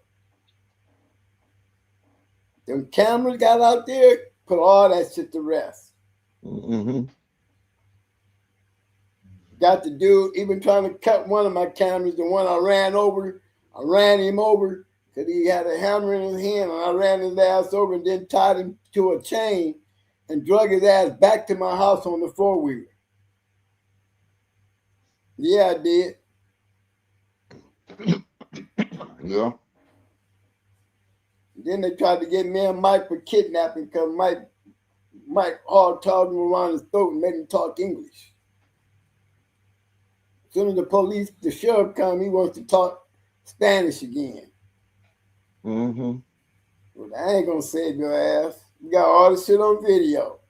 Got you cutting the video, got me with your ass standing there like you gonna break down with me. I ran his ass over with that four-wheeler. So how is somebody gonna get him back to the house? He's been apprehended. He's a dangerous person to me. Mike, I got him. Hold on, I'm on my way. Okay. Hey, but look, even in that situation, right?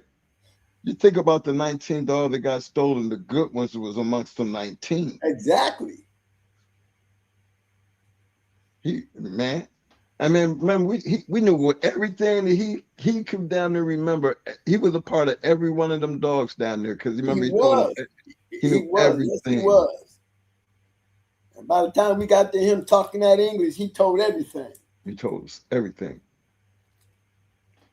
addresses and everything. Sure did. Well, he got caught at the wrong crib that day. His family tried to come and get him. Oh yeah, they knew. Yeah, they didn't have no choice but to go get the police. That's right. That shit they called themselves doing. They had the shock of their life. Oh my God! They thought they were on the border. You pulling up with a car load like y'all coming down a dirt road like y'all gonna go up and do right to the yard like that. Yeah, man. They thought they was in Baghdad. They thought they was gonna come up there and they was gonna house some shit. That shit. See, them are the moments, man, where you gotta protect your yards and all the things that come with having these damn dogs. It's just, and that's an experience. We can sit here and talk about that type of shit because it actually happened. You know, and then even farming them out. That don't work sometimes. Yeah. Farming them out to people that you know, it'd be all cool and everything. Y'all got to a little agreement, then all of a sudden, certain dogs come up missing. Not all the dogs, but certain dogs, and you be wondering, damn, you my partner and everything, what's going on? Why this good one gone?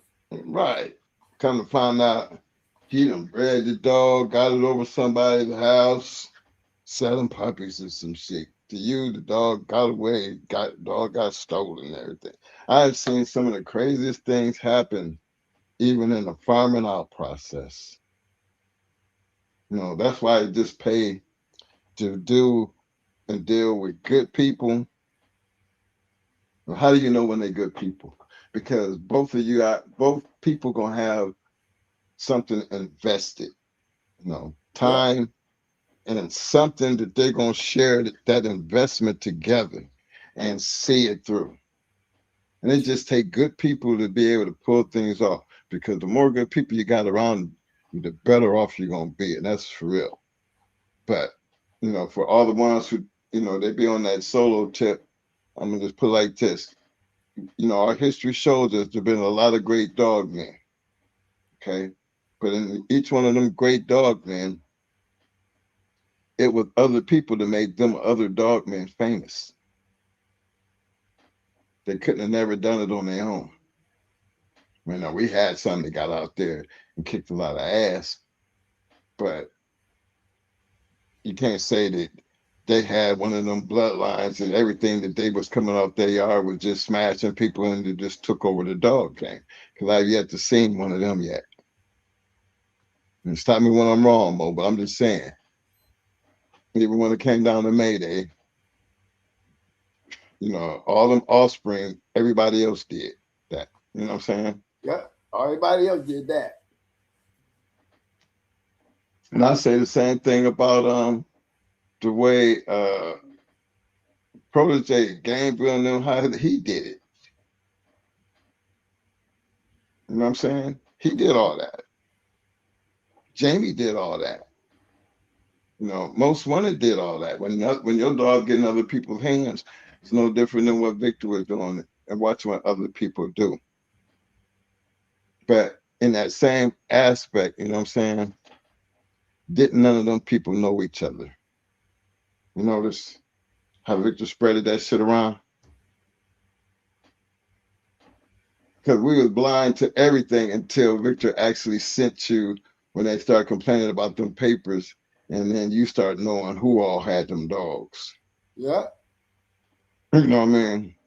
That helped us out a lot too, because once we started knowing who all had them dogs, that was a plus. Because everybody felt like you knew Victor. Oh, you can get the papers, twins. Get the papers. I ain't fucking no papers, man. You remember all the stories. Mm-hmm. They didn't get two shit about them papers until when dogs started to find out they got some shit, right? Yeah.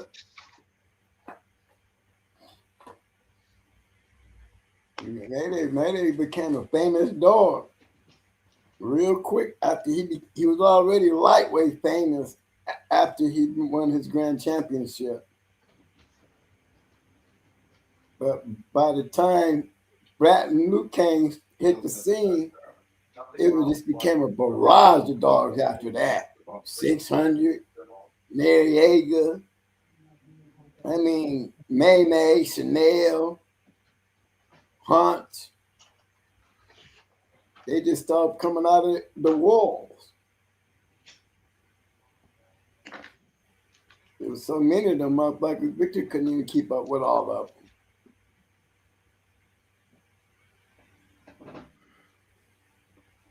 Yeah, I'd like to see another line. I would like to see a modern dog. I would love to see a modern dog, come to the heights of the great dogs of the past. You know what I'm saying?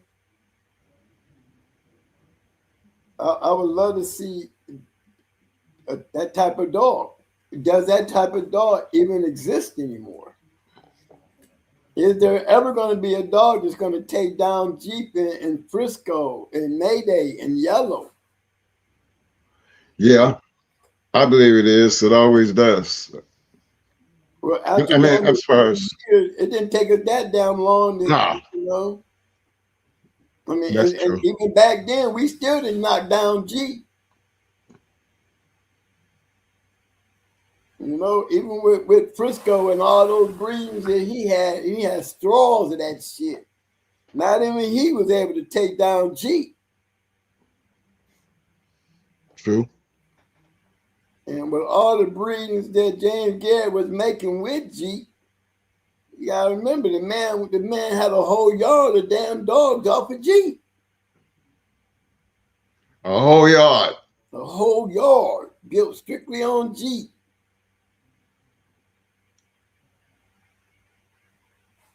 So that says a lot. David Tank couldn't even get that much out of Yellow. even though he was breeding yellow to everything to move, you know. Right.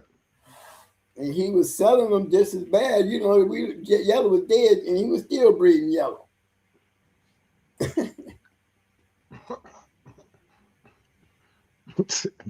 Okay, so the dog pound thing might be true. Mo, was it a special yard full of nothing but them black dogs? Were they over there? I mean, when you know the man and you hear, look, all of them was crooked. I mean, what can Pat Patrick say? He can't say nothing. David can't say nothing. You know, there's a lot of guys out there when it came down to it, can't say nothing. I mean, at some point, I had to ask Victor, you fell into that same category. Stone City, you fell into that same category. I can't never say Big Mike did because I never seen it out of Big Mike, but there was question behind everybody else. On the things that I seen for myself. Evolution, y'all can't say nothing. All y'all was in cahoots. The Latin connection was in once where Kennels got a hold of the journal. The Latin connection was in. You can't deny that. Big shout out to my man Twan Raw in the house. What up, fam? I see you in the wood. And it was said a lot of dogs only became great because others were lost to unfortunate reasons.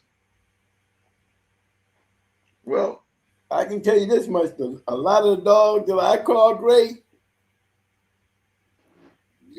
I put it like this, for those dogs who were unfortunate not to get that opportunity to show their trueness of greatness, you know what I'm saying? I always say what could have been will never be. Because you will never know how great that dog could have been. You know what I'm saying? There probably been some dogs out there that could have beat Mayday. There probably some dogs out there that could have beat Brat. But that's all they could have. This all coulda ain't shit. Woulda ain't shit. Doing it means more than anything. Coulda and woulda don't mean a damn thing. That's a lost argument. That's a lost argument. It really is. Nonsense. Yeah, that's like us when it come down to the X-Men. Right. You know what I mean? They was bred up to be everything, right? Even got a chance to peek and see. Yes. But how great could they really could have been? How great would they really have been if we had the opportunity? You know, coulda and woulda and shoulda don't mean nothing. No. To see them destroyed like that, that's what really hurts because it was just young dogs. But look at the only dog that survived. Look what she turned out like. And she was the one that we didn't want. Who that, Madame? No, Nico Storm. No, Nico Storm. Right, Nico Storm. And I saw her because she was the only co-female, the only co-dog in the yard at the time. Everybody else was on. Why would I keep her? And I got Mystique and them still on the yard. Yeah. Shit, that dog is out there, got dogs in 2025 looking good. Yeah. That's one of them coulda, shoulda, unfortunate circumstances. Yeah. I want to give a big shout out to Pit Bull Pat, 75 enough in the house. Welcome to the Shark Tank, fam.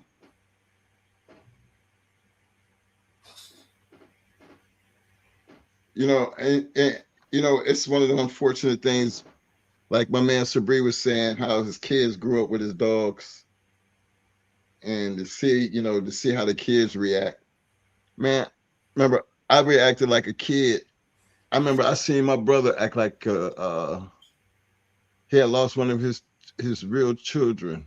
Remember when Apollo died, Mo? Oh yeah. That was a sad day right there, man. I mean, that's when I took the heart. Really took the heart. The day Amber died. The day Amber died. Goldie. Can't forget Goldie. Yup. Man, you had them heartbreaking times because you spend so much time with some of these dogs, and sometimes I just don't know how everybody don't experience that dealing with dogs at some point in their life.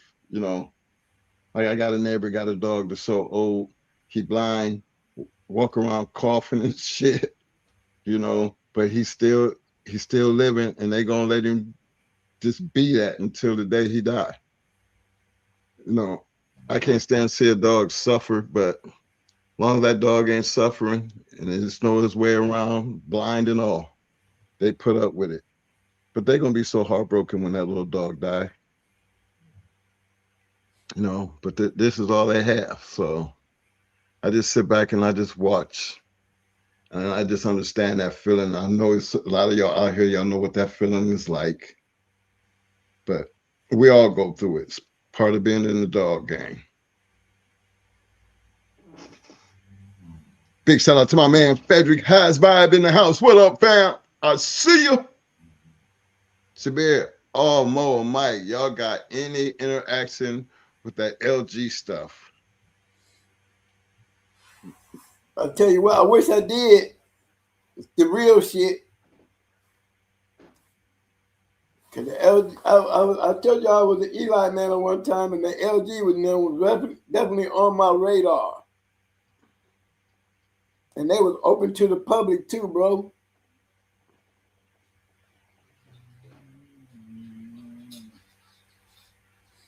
Yeah, I liked that LG and what they was doing. LG Kim and all them dogs. Yes, I remember those dogs very well. Nice line of dogs. Pitbull Pass said LG was Carver stuff, right? Yep.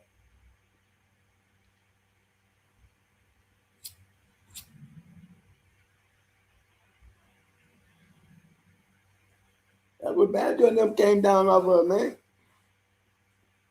I mean, when you get that line of dogs like that, man, and they can work, oh my goodness. And but there was a lot of lines out there like that, like you gotta give it to Tad, you don't know what you're getting until the time comes before you realize you got a good dog that can produce.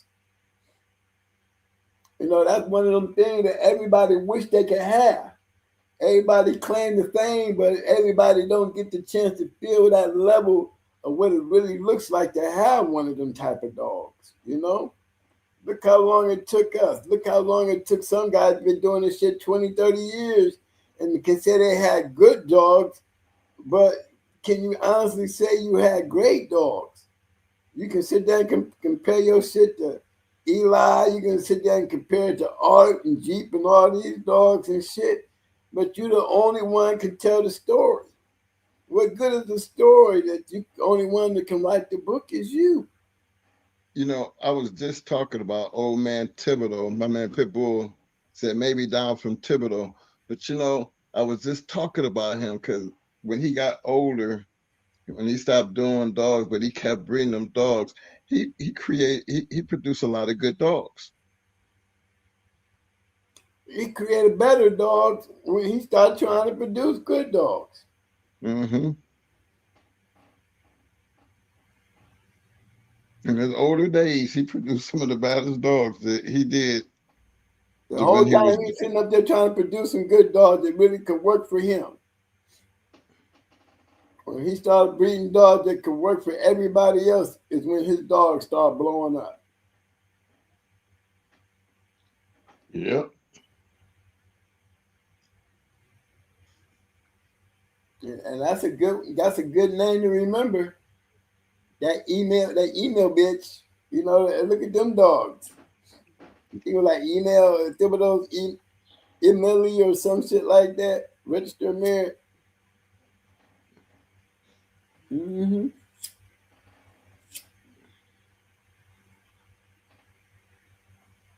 I still say the strongest line of dogs in the game is still Red Boy and Jeep. You didn't hear me say Yellow, even though Yellow and Yellow John is in Mayday. You look at those three dogs right there; they still coming down off of three of the top dogs on the Register of Merit list. They all up there together. And you go down in the top 10, you're going to find Barracuda and Luke Kane in that list, along with Blackjack. Why I say Blackjack? Because Blackjack is in there with Jeep and Red Boy. The best producing dog in the history of the dog game is going to be amongst them top 5 dogs. And everything falling down in the top 10, y'all will look in the top 10 of those dogs, you're going to find them top 5 dogs. Coming down, with offsprings coming off of them. That just show you the production of what a great lion looked like throughout the history. You can hate it all you want, but it is what it is. That's for damn sure. Proven. Yep. Some guys just don't want to look at it. Yeah, but then so many people want to overlook the black and white book, But thank God for the black and white book, because one thing it does, it stops all liars. I'd rather read about it than hear about it. You understand what I'm saying? And then who's telling the story? Only one person. When I can pick up a book and read it and see what was least recorded in history, that means a lot more than listening to somebody try to convince me on something that you're saying compared to something I'm reading. Something I see in stone. Your words are not in stone. Tom Roderick can say all he wanted about Frisco. The time he was breeding the damn dog for damn near 20 years after he died. So, you cannot call him the greatest producer of all times. When you can give him credit for being up there with G, but he'll never be as great as G. Could never be great as G, because G didn't have 30 years of breeding behind him. Yellow didn't have 30 years of breeding behind him. May didn't have 30 years of breeding behind him. Grand Champion Buck didn't have 30 years of breeding behind him.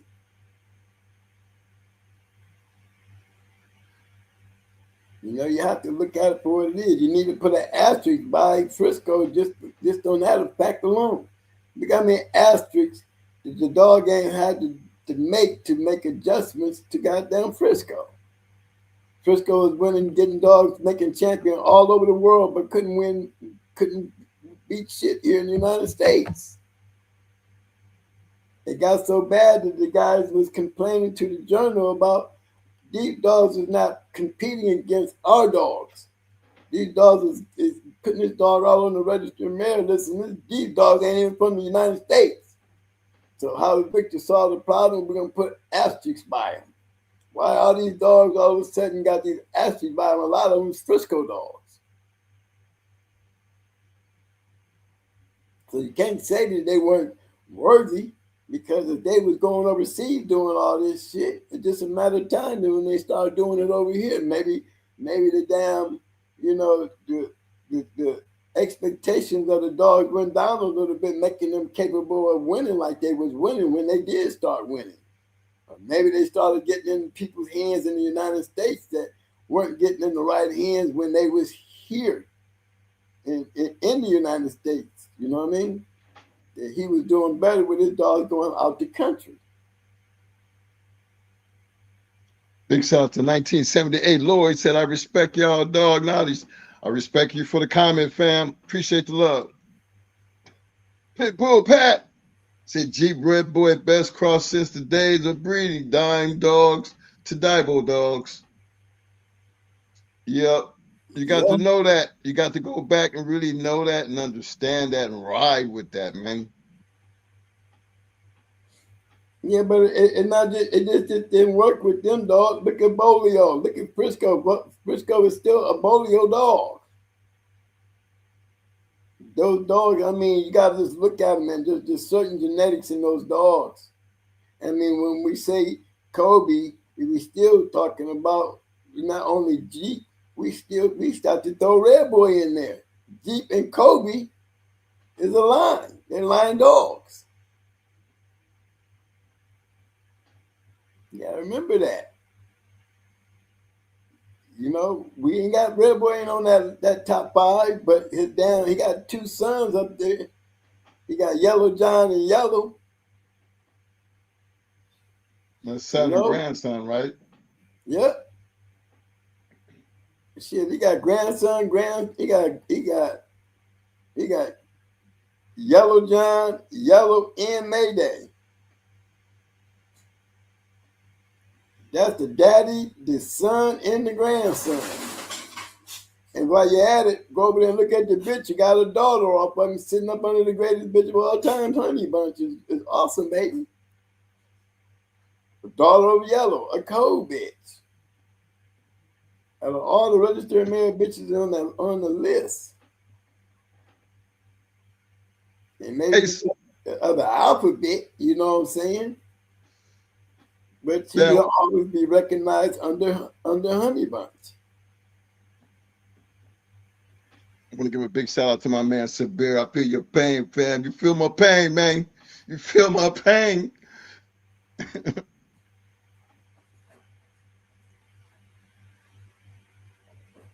People past said Melon has some good Red Boy dogs and stuff off his half brother Outlaw. Yeah, even though he didn't have brother Outlaw, it's still a line bred dog. And you know, you gotta get them Medlin dogs, they props. You know, they line, but they still Red Boy. You know what I mean? I mean, they deserve that. Yep, the champion hard dog, yeah, them hard dog, them assassin dog, them Red Boy dogs too. Yep. Hunter Red, gotta look at Hunter Red. Look at Hunter Red now. The Red Boy was he had it, and you know, people may argue the issue, but Red Boy was when you look at these dogs, have registered and male traits. You know, I've seen somebody question, can ROM be a trait, right? Mm-hmm. After we did that show about how hard it is to even have the title of ROM, what it actually entails, because again, I think we only found 3 bitches in the history of the dog game. There was titled dogs that became ROMs. Exactly. 3. Out of this whole entire game, all these goddamn dogs, all these years, right? But then we look at how many cold bitches was able to pull it off, you know, throughout the years. You know, bring the cold bitches to the right males. Right, that's what I'm saying. Look, we can find a whole lot of cold bitches, but we cannot find but 3 title bitches that ever do it. And I'm just taking it up to 2004, fellas. So it might have happened since then, but you know, as far as record keeping wise, I stopped it at we stopped it at 2008. Yeah. When the book finally took the nosedive. But up until that point right there, you know, that's a lot of time that passed, still only find 3. But in that same time period, we could pull up a bunch of damn cold bitches that was able to pull that off. So when we talk about that being a trait, we just look at it like understanding how we look at a pedigree. Because if you look at it the same way we looking at it, ROM, putting the right person's hands are going to create a ROM. Your possibilities are going to be there. So what do? You go in there and you look at the people who actually have the dogs, because the only way a dog can become an ROM, they had to be doing something. Right? Put it in the right person's hands, and if it does something, then this is where you get that, you know, that extra accolade that you can ride and really say ROM. Register a Merit, a producer of champions. Come on. That's a respectable title. It is not very easy to get. But look at the men and the people who were able to do it. That's all we're saying. If it's not in them to do it, this ain't gonna be in them to do, because it just takes more than just doing the bitch. It takes the right person to have the right dog. We know that was the part of the game, always will be and always have been. But we're just based on the records and what history has given us, and why we hold such high attributes to those merits, because they did matter. So some people might believe it's something else, but we always looked at it as a trait, because that's how we always approached it and addressed it. And then you take a look at what other people who have these ROMs and what they were doing. Did they match all the dogs? Did all the dogs that made ROM come off of their yard? No. That means there's other people over here using their shit and they're winning with this man's shit over here. And not only are they winning, they turn around and breeding the shit and they producing ROMs with the same shit. We can say that because we did the same thing. And we actually did produce a ROM bitch. So to say it comes easy, no, it don't come easy. Did we match all those ROMs that came out of the baby? Hell no. It was a combination of other people who matched the dogs that came off of her that would made her ROM. So just looking at it that way, but we can just, by just taking a look at Baby and look who she comes off of and how she was bred. Well, her ROM is not nothing unusual to, that line of breed.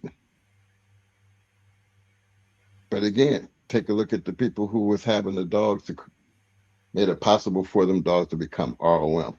That really does matter. So some people might not call it a trait, just the reason why we call it a trait. For whatever reason they want to call it, I mean, it's just easier for us because that's what we roll with. Am I right, Mo? Yes, sir. Okay, I just want to make sure we're getting that point across. Melly Montana, what up, fam? My man Pitbull Pat, he fired me. He said Champion Ronnie, Boomer, Honey Bunch. Sabri said Honey Bunch, Queen, Tabby Girl, Pitbull, Molly. Hey, Melly Mel, you want us to pull up that pedigree? Hey, Mo, can you pull up the pedigree right quick? Or are you there? I don't see your name. Yeah, I'm right there. Okay, I must have.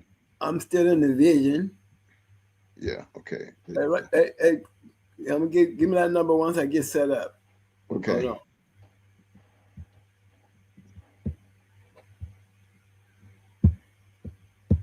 We're gonna run that up, Melly.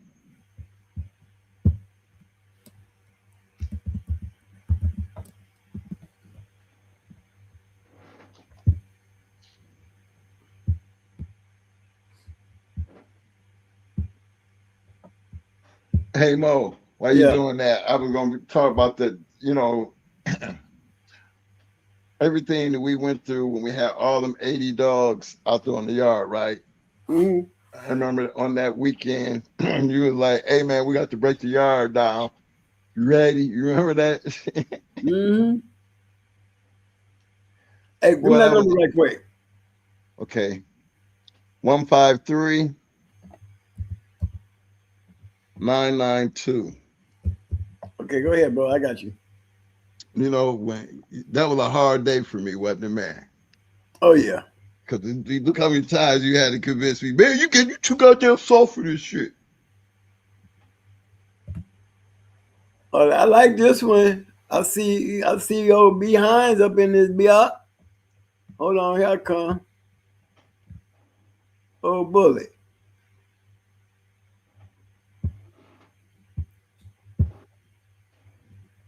Just waiting for you to share it, bro. Here it comes. Oh, Epinet shit. Yes, sir. That sounds like some up north shit.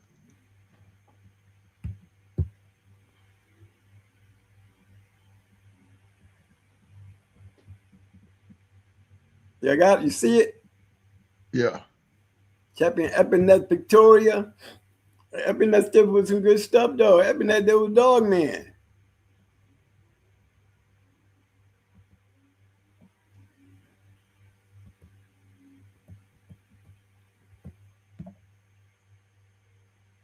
That Shady Bill, I'll tell you now, that Shady Bill and that shut him down Zena, them was the Bulldogs right there. No, believe me, when Behind made that move with that bad girl, he made a damn nice move, though. That was a hell of a nice move. But believe me, them two bottom dogs, Bullet and that Xena bitch, they was nice as shit. They didn't play.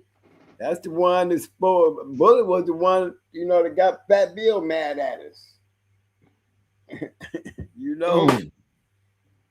Who he be? Hellfigure? Yeah, he did.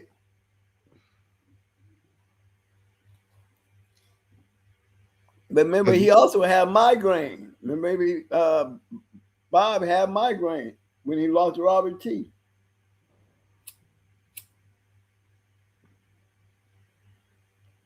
Y'all be hearing the word behinds in that Be About It video in the song. That's the behinds we be talking about. Yeah, well. Big shout out to my old man Behind. I heard he was sick. Yeah, he's sick. Hearts and prayers go out to him. We ain't gonna let them forget about you, Behinds. If you're out there, fam, you're sitting out there on the back street. That's love from the twin. Cleveland, stand up and represent. I always got to represent my brothers, man. Yeah. Let me get this one that just takes me back when I hear a lot of, we talk about these people and y'all might not know some of these people, but it just, when I be putting up pedigrees and then you got my man Behind sitting right up in there, that's the kind of shit I be talking about. Cause that shit make you want to know who the hell we be talking about when we talk about Behinds. Sean B. Loctite. Shut him down. No idea. These Bulldoggers. His boys about that life, man. I'm telling you. You. That was that new group of dog men. Y'all don't hear about them in no books.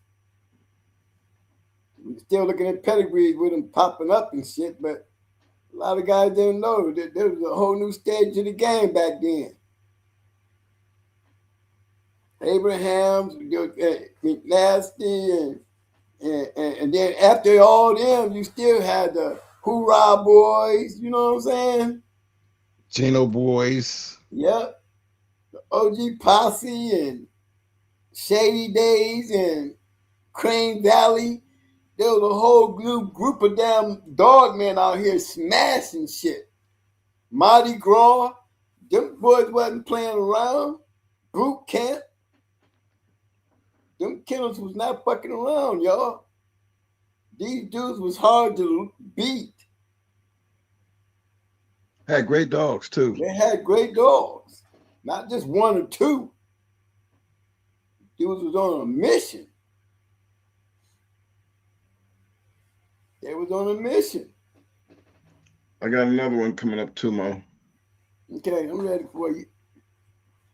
I noticed you didn't go diving into that one because that one there was just pretty much. It speaks for itself. The Epinet shit speaks for itself. That old Garner shit, it speaks for itself. Epinet and them, these dudes right here, they was like the Mexicans. This Epinet stuff is that old shit. That's another good line of dogs. I'm talking about breeding wise. These were a good line of dogs. Epinet and them had good dogs. You might find a couple of Epinet dogs in the dogs of the day.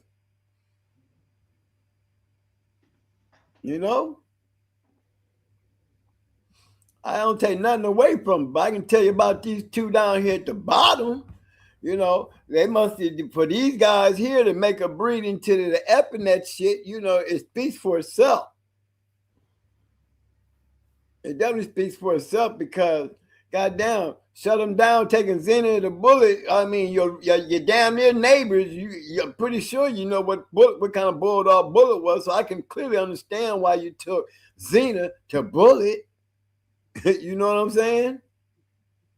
And then you turn around and behind, he gonna go into look into the Epinet shit with already a tight inbreed line cross. I mean, you're tight as hell.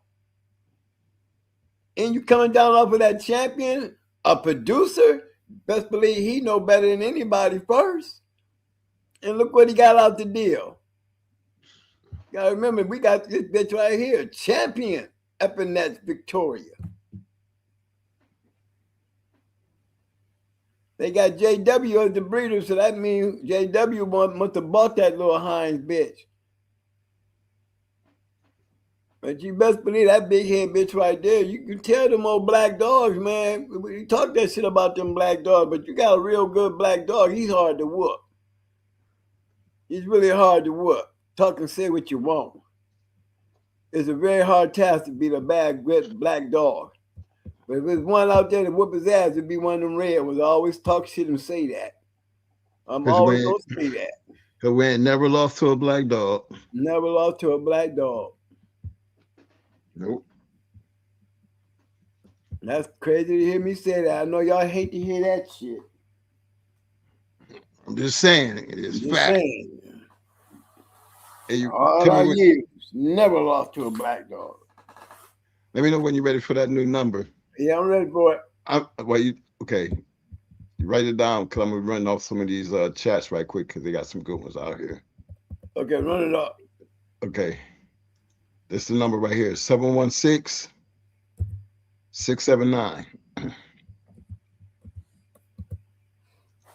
My man Sabir said DSK has some of the best carver stuff. Mm-hmm. My man Pitbull said dead serious and mad. Yeah.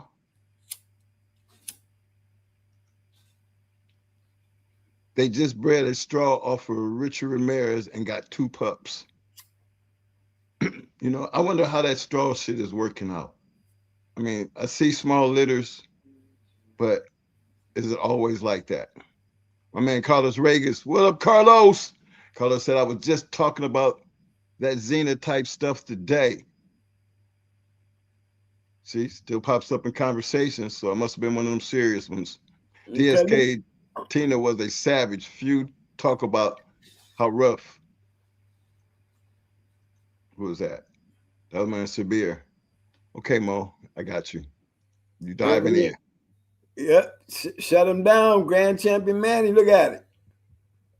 Coming down off of that Xena bitch. See what I'm saying? And it's the way they breed. You know, it's a smart way of breeding. You see, these ain't rookies doing this shit. Right here. That just shows you right here. And then you look right here. You see those moves. You see the moves being made.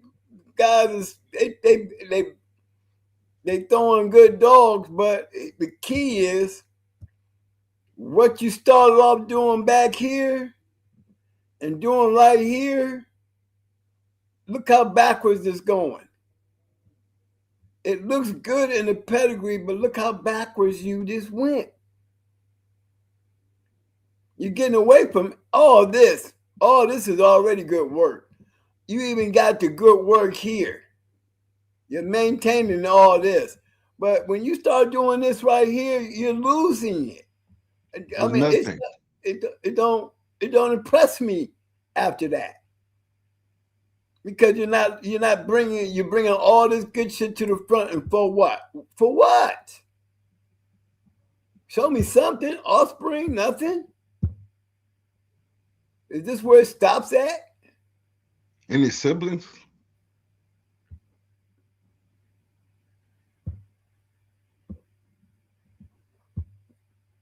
It's a good bred dog, that's all.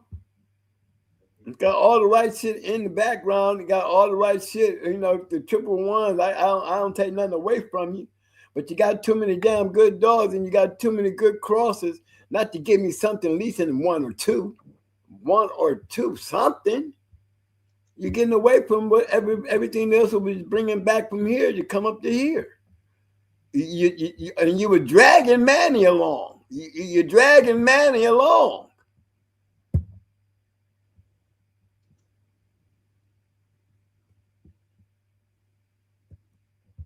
You know what I mean? Look at Manny. Look how Manny bred. This is how you bring a pedigree up. You start back here and you start working your way up. And what you keep getting? What you keep getting? That's the way I breed. That's the way I want to see my breedings look. I don't want to be all back here looking at all this great shit, and the more I keep coming up, the more and more I'm looking down. This is the kind of pedigree I like. This is the kind of shit impresses me. Is there no reason why he shouldn't be goddamn a grand champion Manny based on the way he's bred. Period. That's the kind of breedings I like. Sabir, see that bike, that pair will educate many people. Mm-hmm. He said, put a smile on my old face, Mike. Damn right. You see what I'm saying? That's what this is the kind of talk I be trying to tell y'all. I be trying to explain to y'all. You know what I'm saying? This is what make great dogs. They don't come no other way. I'm gonna run you another number that Sabri put up, but yeah, we can start with that one right there because that's the kind of pedigree I'm talking about right there, Mo. That's Shout what I out to was Shut saying. Them Down. Don't worry, fellas. I got y'all in the next record. My man, Mr. Will Turner said, back in the day, there was nothing better than being straight blessed with a big yard, also surrounded by big active yards. Without keeping and going through, you never truly know. Never Right. know. You never know. You got We to don't talk experience about it. our failures. We don't talk about our failures. We have forget about them. too many good things going on the yard to talk about our failures. Tell me when you're ready for that other number, Mo. I'm ready for it. I like that one right there, Mo.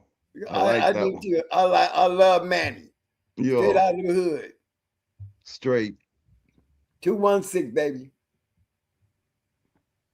I'm ready, Mike. Okay, number 1899. This is a beer. I got 1899. That's it? Yes, sir. Oh, okay. You got that man, goddamn dead serious Miss Tina. That Tina bitch was a bad one too now. And you look at her pedigree. Look at her pedigree. Come on, another prime example of why you got greatness. Look at the pedigree. Look at the pedigree. Now look at the pedigree. We talked about the Thibodeau. We talked about the LG shit. We talked about the Carver shit. This is how you produce bulldogs to make history. This shit here. How you gonna tell me there's not an all women there? Look at that all women, all women. Look at that all women, all women. And we move up a little bit. Then we got another all women. You know what I'm saying? Grand champion. Champion. You fall off a little bit, but you look, you got so much to back you up. You got so much that's backing them up. They keep producing, throwing their winners. LG knew with Kim that she bred to this little champion little man that he was going to throw some shit. This is the shit that created the DSK shit as it is. Carver shit.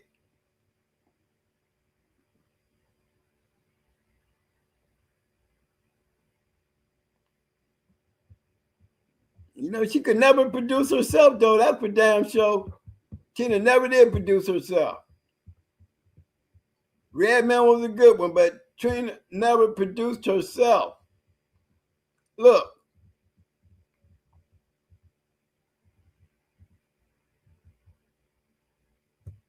They go dead. They go Redman. Let me go check on Grand Champion Nemo.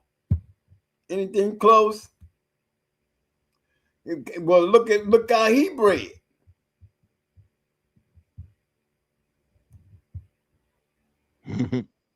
Okay, I can't say that she didn't produce herself because we got Grand Champion Nemo.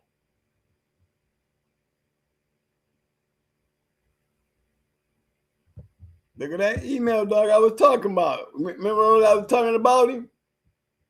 Yeah. Thibodeau. Yeah, Thibodeau email dog. That's him. Mm-hmm. And I remember before the Dead Serious dogs came out, how I was so stuck on getting me a dog off of LG Little Man and LG Kim. I wanted me a dog off of LG Kim and Little Man so bad. Cause I just knew there was something to those dogs, man.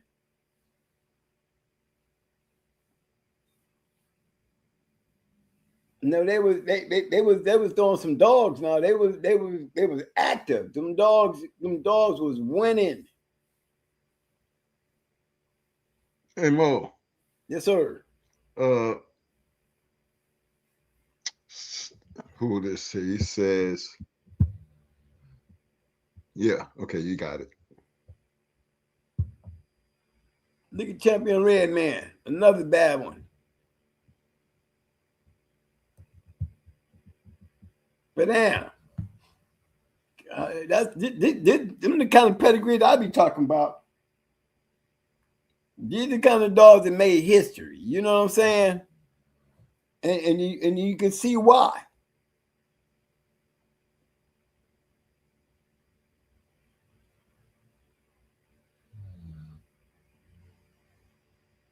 No, you don't never look for the perfect yard. I never seen a perfect yard. But I've seen great yards, but not a perfect yard. Great yards mean there's a consistency of good dogs coming out of it. The whole yard to be perfect, ain't nobody going 100%. You got Thibodeau all in this pedigree Well, here, man. it's the same shit. It's the DSK shit. That's what DSK was.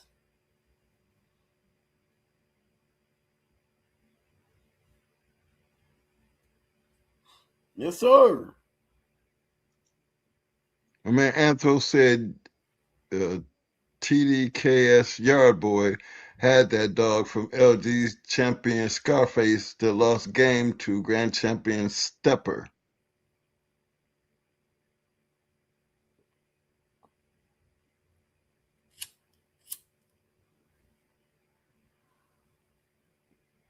And like I said, I'd rather pick him up game than to sit there and let him get murked. You know what I mean?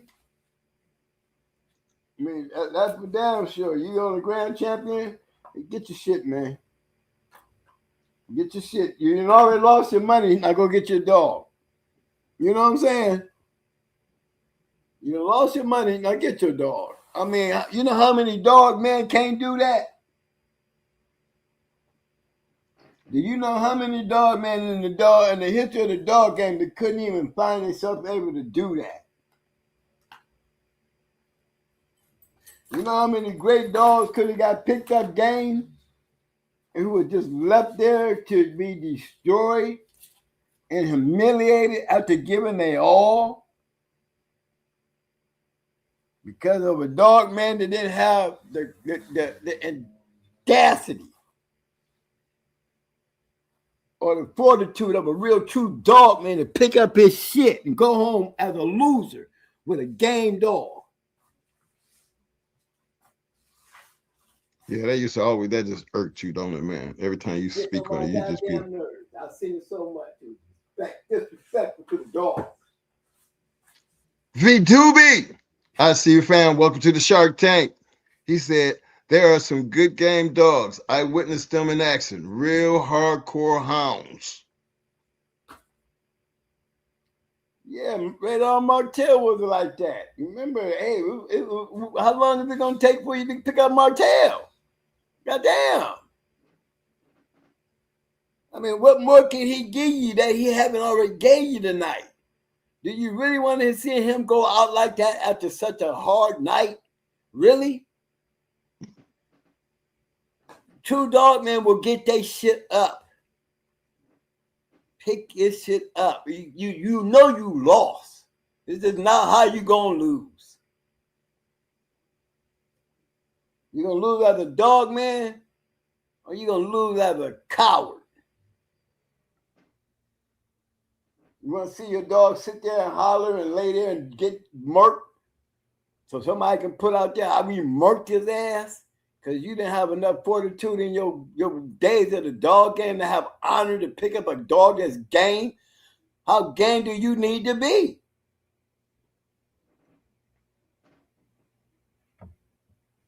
Shit, I seen Tommy Boy crawl across the goddamn box.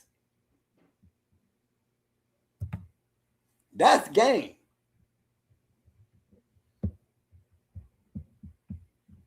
My man Pitbull Pat said Mr. Ozzy had some great dogs. I enjoy going up to his place. Ozzy was a bad dude himself. Anytime you mess around in that OH and the dime area, boy, you dealing with some bad dog men back in there anyway. And Ozzy come from the old camp. Ozzy was from the old school. Ozzy adapted through time. He went from his time into our time and a time after us. I remember I was, had like a little kid in the candy store when Ozzy knew who he was. Hey, twins, I hear about y'all. Come over here. Remember that?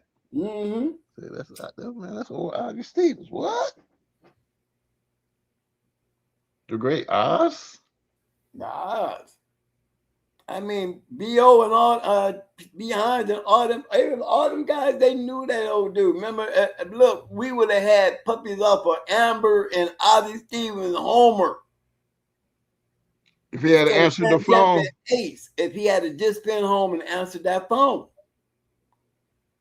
Because we didn't even know who that was.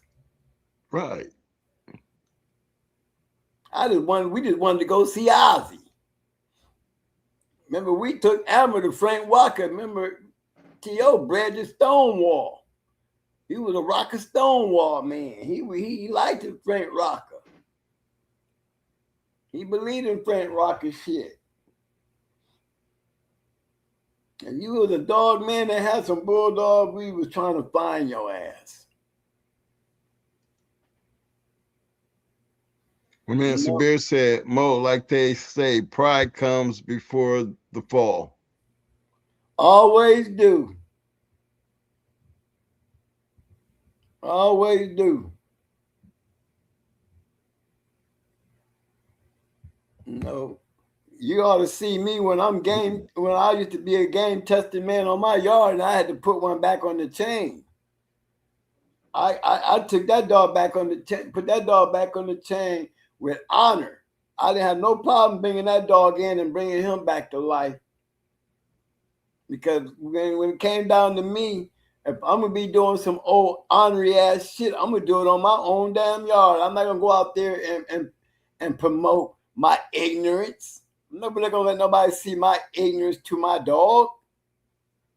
I'm going to show that ass I can pick up my motherfucking losing ass dog because I was on a better dog. And it's free. I'm going to make damn sure I'm taking the right dog back home. Like I'm going to make sure I'm putting the right dog back on the chain. But shit, I know when I done lost, I'm not going to lose a good dog because I lost. And that means my dog has to lose. Oh, no. That's not integrity. I don't care what nobody tell you. You don't love your animals when you do stupid shit like that. When you give up on your dog, you don't love that dog. You ain't going to say nowhere in the hell you're going to get me to believe you love anything else on your yard. You can go out there in the midst of battle and not know when you got a warrior. You picked up Red, man. Then I ain't have no choice. I'm not going to sit there and for what? I lost. Right. And he still kept trying. What more did he need to show me? He can't do nothing no more than what he did. He's lucky he did that much. Yeah, you did the right thing. Still wasn't worth me taking the chance to bringing him home, was it? Nope. Okay.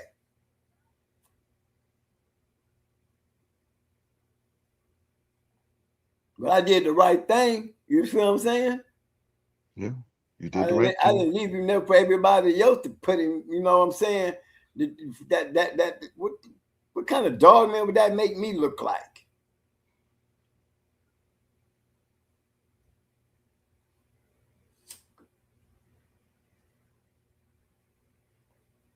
You Yeah, can't. you used to do some crazy shit though. Hey, Just the 17 pounds, 10 pounds. How much was that? 17 pounds uphill? man, look, nobody ever said I was. First of all, you ain't never heard me compare myself to none of the great ones that I call great. Ever. Have you ever heard me compare myself to any one of them? I'm still down there telling everybody else. I'll be glad when somebody can take my place where I can go up into the party where all the great dog men is instead of still standing down here at the gate. You know what I'm saying? Waiting for somebody to take my damn place. You feel me? Yeah, because they have to know these things. That's right. You ain't never heard me say I was just as good as Stone City Hardcore, Loctite, Behind. And you ain't never heard me say none of that. You let them tell it, they'll tell you Twin should have been at this party with us a long time ago. He the only one want to stand down there at the gate because he just don't feel like he worthy. And I ain't never felt like I was worthy to be up there with y'all because the reason I got to where I was is because of them. You know what I'm saying? Now give me somebody that can step in my shoes, like Gameville stepped in my shoes. They're the only ones outside of Jamie and them that I can say took me off the gate and gave me an opportunity to go up there and stand amongst the great ones. It sure didn't happen on my watch. It happened after I got out. You know what I'm saying? With the dogs that I left behind. You feel me? A lot of them guys aren't there getting in there, getting into work. Our line took care of us after we left. You feel me?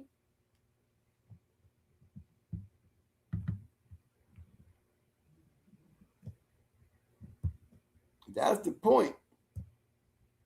I left a good line of dogs there for them motherfuckers to do whatever they had to do, and they took it upon themselves and continued on doing it. And it's only due to them is the only reason I can sit there and say that, hey, I got removed from the gate where I can go up there and stand amongst the great ones and still don't belong up there with them based on how I got there. I got there through my proteges.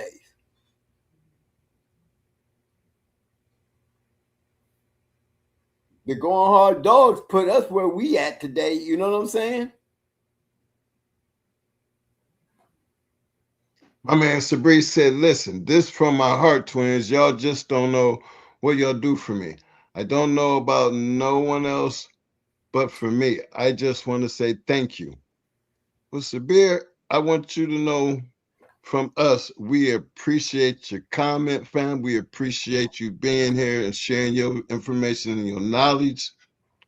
And I'm hoping you do get something out of this because that's one of the sole purposes why we do it. Because to us, this is our way of giving back. It's not trying to be bigger or better than nobody. This is just our story. And if y'all can appreciate our story and it makes you better, then that makes the game better because that's what the game's supposed to be about anyway. Give it down what you do, how you're doing it, when you're doing it. Competition is the key. The key that matters. And if you're really serious about this, you get out there and you're going to put in that work. Care what you do or how you do it, but at least you working.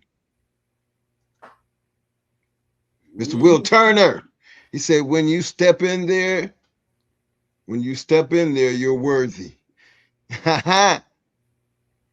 Appreciate that, Mr. Turner. We did get a chance to, Mo might have been at the door, but I'm all up in that joint. Mike don't know shit. Mike at the party, because I know y'all go talk dog and we going to be over here in the corner. V Doobie. He said, thank God there's still some solid dog men out here. Keep it going. 100. Appreciate the comment and the love, fam. Like I said, welcome to the Shark Tank, because that's what we do over here. There's no reason for us to pull your leg or try to give you any bullshit, because we didn't have no bullshit in our experience in this game. Why would we come up here to lie about anything? No, that's trying to be something that we're not. That's not the reason we do this. We do this because We owe this, and I said this from the very beginning. We owe this to the people who gave it to us. They always said pass it forward. We took that shit serious. Even as old men, we still owe it to them. They just giving us a platform to express it. You know? Because we don't want you guys to not know who the Behinds are. To Mr. Thibodeau, how important they was to this game. It ain't always about Carver and Mr. Tudor, Leitner, Kobe, Tant, Crenshaw. What happened to all my DSKs, my Mads, my Super Kennels? You know, our list get long, strong, and deep. And just as long as that list gets long, strong, and deep, they Bulldogs got long, strong, and deep. We could go through that and damn near, we can keep on doing shows and don't feel like we running out of shit to talk about because we still got many more that we can get to. We ain't really been on here and pulled up DSK shit. We ain't really Craig Valley days and yeah, we ain't even got into them. Y'all might not know, but see, when you hear him, when we speak to some of these people, even in the reason why the rap thing, because again, that's just me and him clowning, trying to do get it out there to where this is how we make our fun of things, make it fun for us. Because I want you to go find out who these people are. We sitting here talking about them. We're showing you that the very names that we bring up in the songs, we looking at their dogs. I mean, that's just to show you what striving for greatness looks like. And we ain't got to go all the way back there to see it. Not based on what we spent 30 years of seeing what we've seen. I mean, I could say 30 plus, down there 40. But it's just being able to sit back and then share these things with guys who don't know. I hope that these conversations are interesting enough for you to want to know. And hopefully it inspires you to be willing to get out there and put in a little bit of work. Well, I ain't gonna say a little bit of work, because if you're trying to be the best that you can be, you're gonna put in a lot of damn work, because that's what it's gonna take. That's right. And get out there and show your shit.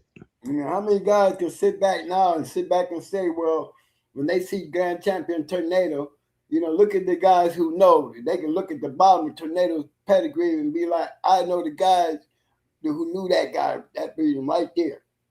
A lot of people wouldn't even be able to, if it don't be for us talking about Tornado and James Sheriff Powell, they would have always been talking about Kenny Allen and Tornado, not knowing nothing else about her and how she got to where she come from. How many people knew that her bottom side was some brothers? You see what I'm saying? The sheriff at that. The sheriff. Had the man out there, we done turned the sheriff out. Done turned him his straight whole out. life out meeting us. But Well, he still made history. Yes, he did. He still made history. Forever. You talk about that double grand champion, you can't help but find him. That's how you go down in history, fellas.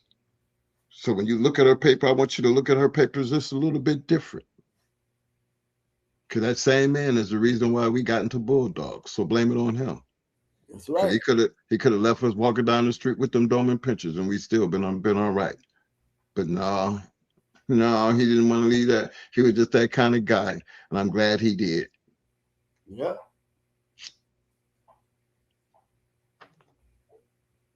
Kind of the old man now, I can sit back and tell you why we do this show. It was just one of the most exciting experiences that I've ever had in my entire life, outside of everything I've done in life. That was just one of the highlights of my life, that I could sit back and say, those guys over there, that's just a different group of dog men right there.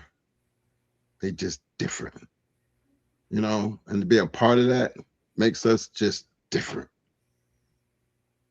And then for y'all to be sitting up in here listening makes you just as bad. You're just different.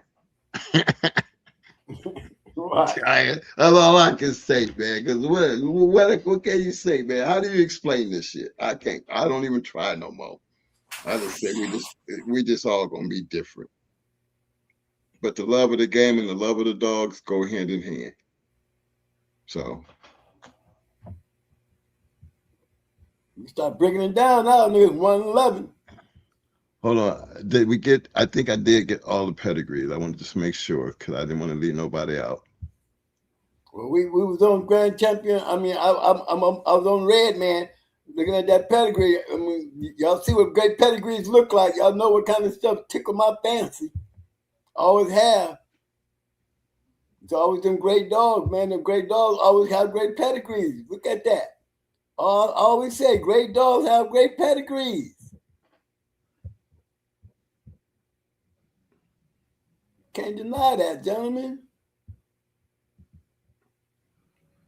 You know, and it's bad that I had to start with Blitz and Bonnie on how great their pedigree was looking, and then it started falling off. And then I had to take them back and show them some real shit. Let's get back on track. Don't get too far off track. You know what I'm saying? Hey, what was the number on that one, Mo? On which one? That one you got showing now. Okay, hold on. Bonnie, you found the Bonnie one, 716679. Okay. Okay. You got another one? Yeah. Let me hear it.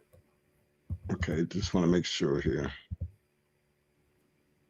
I got a list of them just in case we run across something twice. I got them. Okay, 890049. Did we do that one already? 890 049. 90049. Yeah, 890049. Did we do that one? 890049. No, we didn't. Okay. I got one more after this one, and then we can call it a day.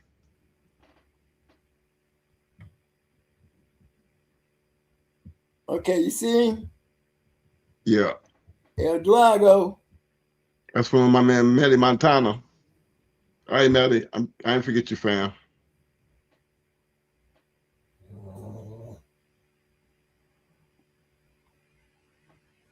That's another nice one. You know, I have a partner. I just had his pedigree up on there in the last show. He had a dog coming off that El Drago dog. It was the daddy, and I had a champion Garner bitch on the bottom. That cross with that Dexter stuff, double bred El Negro. Yeah, I like that. I want to go down here and check this bottom side though. This one right here. I want to see what Remy was doing. What did Remy bring to the table? Oh, okay. Remember, I kept on telling y'all, I said that Mayday Gardner gonna be the new shit though, didn't I, Mike? Yeah. I keep trying to tell them, man, that's the new way to go. That's the new way to go. Look at that Spartacus stuff. Yeah, I'm gonna tell you now, Spartacus throwing some good dogs, y'all. Y'all don't be sleeping on that. There's a reason why they did a double brother sister breed right here.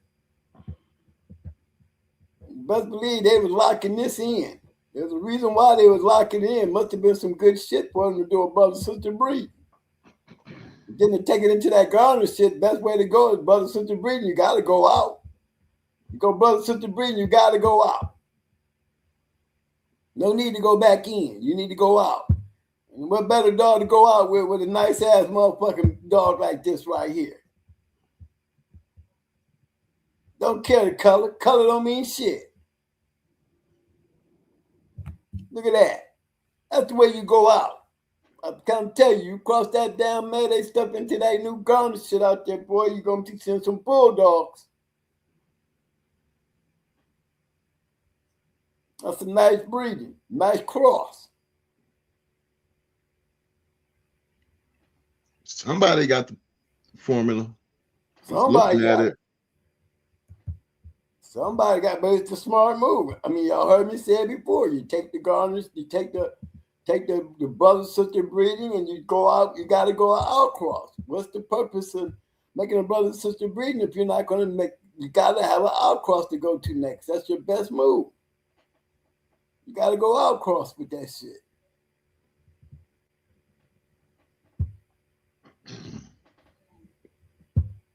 I like that El Drago dog. Look at that. The back end destroyer, aka El Diablo. Yeah, that's how they make them. Look at that arsenal. You see that? They go that arsenal shit. You know he was gonna be doing it with that Mr. Mayday shit he got on his yard. Okay. Mm-hmm. We had this shit up too. Give him some good look. How many pages this shit? This dog got what? Look, this dog got 6 damn pages.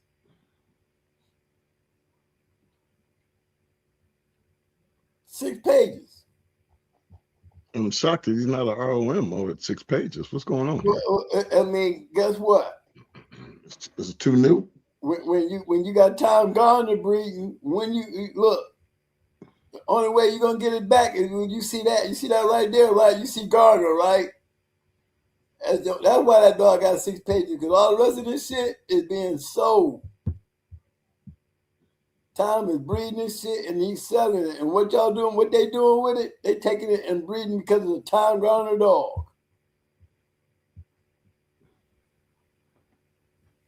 Putting their own mix on some shit, huh? That's all they doing. Look how they breed. All you see is Garner, Garner, Garner, Garner. Look at the females.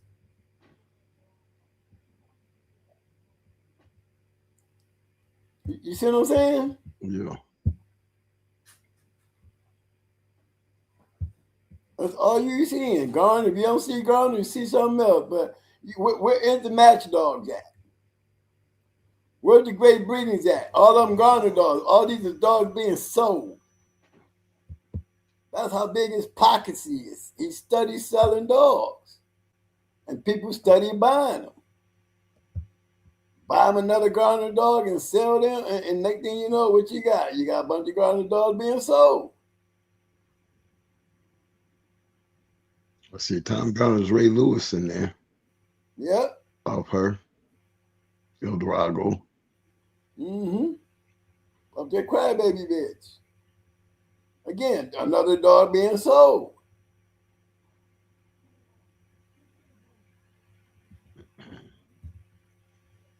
That's what it was all about, man. Tom Garner sells dogs.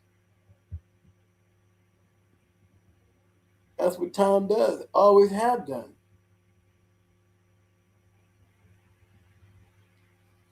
Remember back in our day, we used to be mad at Tom because so many guys tried to make good dogs out of Tom's shit and they couldn't get it. So a lot of people got away from Tom.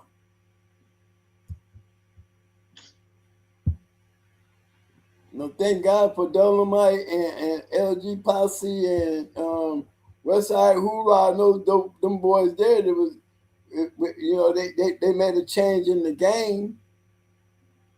But one thing ain't never changed about Tom in his yard, y'all.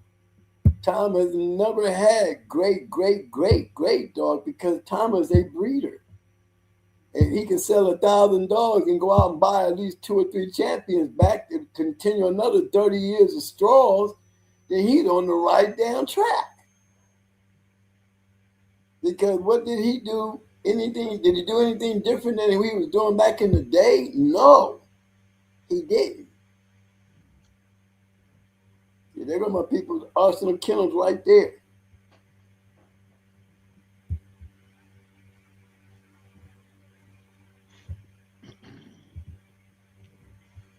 Double bred with the Dexter. You know what I'm saying?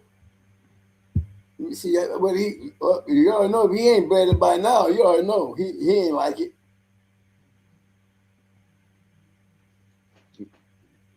Yeah. By now, you've been seeing some up there. Oh yeah. If he don't like it, he don't give a damn how it's bred. Expectations is high. My man Will Turner said there was a man out there that had a lot of the dogs off Butch, Tornado's father. As a matter of fact, Tornado lay to rest at his old place. Captain Ben, another not very well known, one of the greats. Yep, you're right. That Butch dog dude, he was a registered man his damn self. Butch was a bad dog. Allen's champion Butch at that. Tornado's dad, huh? Mm-hmm.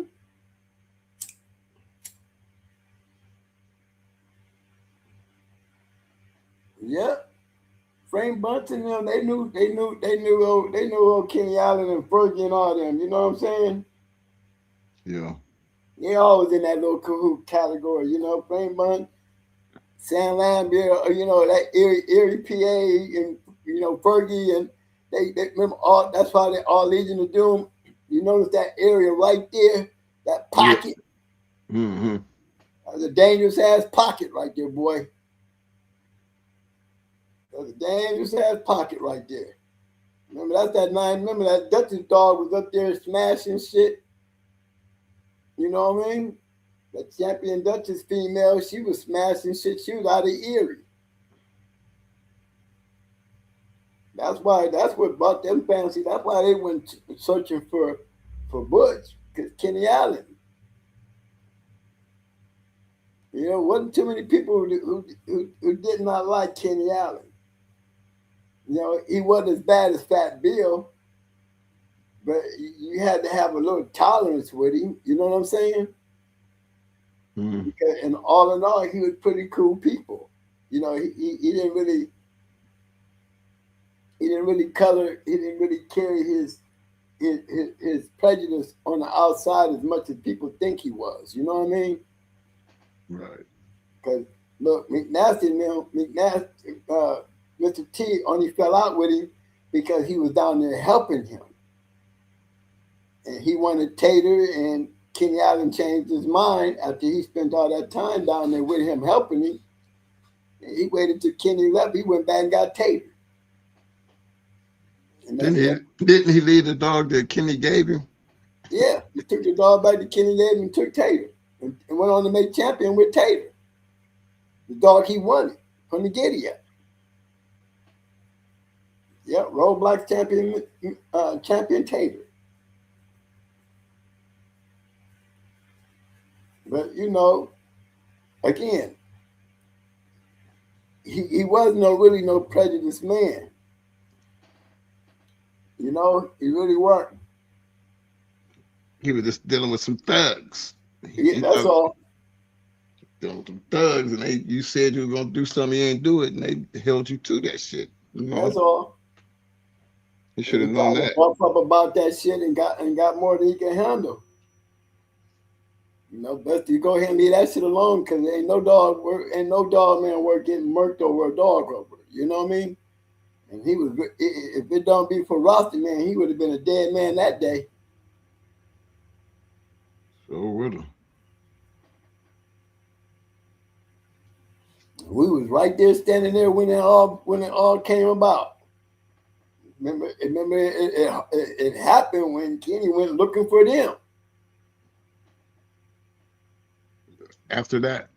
No, before that. That's when what we saw was when the after effect, when Kenny went looking for them, you know, and Kenny was there all at that hotel, and Kenny sent that message to them boys on down here, and McNasty and them looking at Abraham and all them, you know, we gonna go down here and handle all this together. No, we ain't got nothing to do with all that shit. You gotta handle that on your own.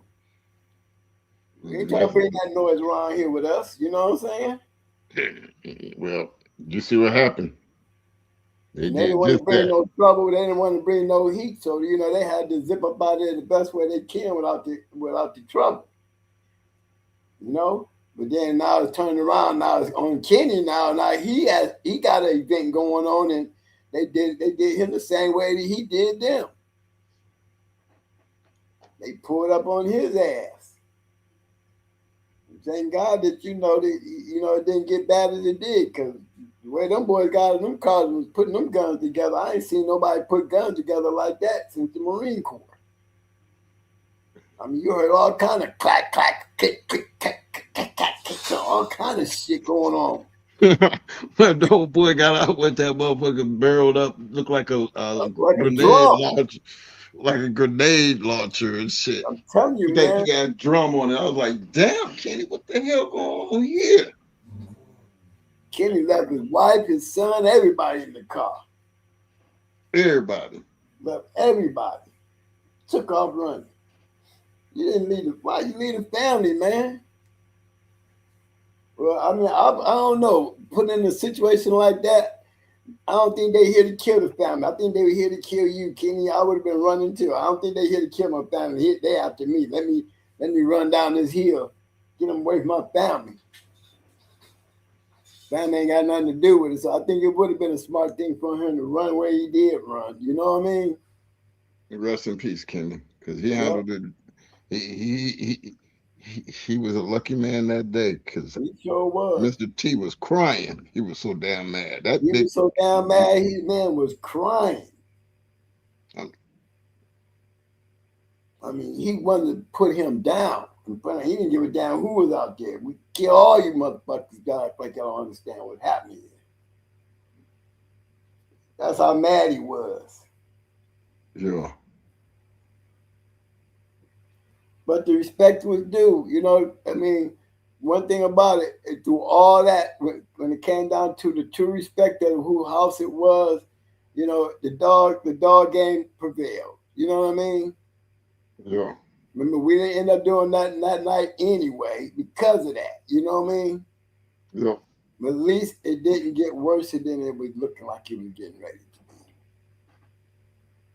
Because I wouldn't have wanted to be there when it went down like that. You know? I'm glad it didn't go down there with me going with that shit, you know? It just looked crazy because it was like they pulled in right behind us and shit. Yeah. Like, and then we all got out the car at like the same time. I didn't expect to see the way they got out though. Right. They getting out. They cracking up some shit. They cracking up some shit. Oh, I ain't lying. I ain't with them. Shit. Remember, we just got into a bad accident ourselves. Yep. On the way there. Yep. On the way there. Big shout out to Fat Stan looking out for us. G-Man. Yep. Took us there and brought us back. Safe. Picked us up off the highway, passing by us and recognized who we was. Oh no, I said it wasn't the pretty women. You knew who we was. You know what I'm saying? Yeah. I don't think it was the pretty girl that made you stop. I think it was. Yeah, it could have been. Yeah. You talking about Fat Stan? Yeah. Yeah.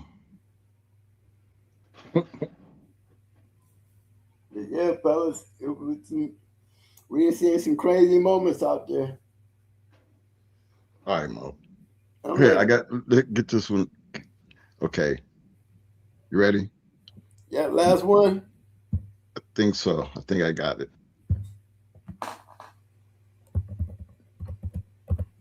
Tell me when you're ready. 416 848.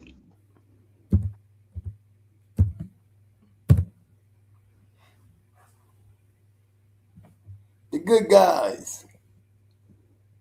Oh, 327 Chevy. Ooh, that's a nice one. Old Captain American red up for the stepping over shit. Okay.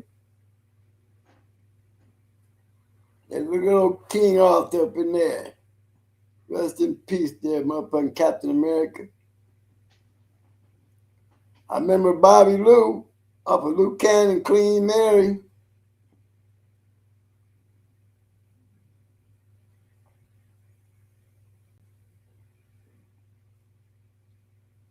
Yeah, that's a hell of a pedigree.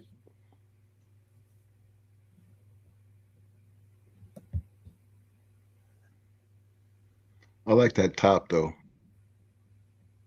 Yeah, the You top know, was nice. always been fine. You know, always been uh had something toward that low posse's Buster being, you know, we had who was that off of him? Solo.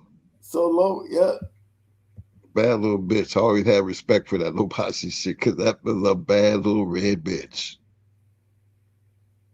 Yeah, I want to see this Queen Mary. I want to see how she was bred. Okay, let me see something.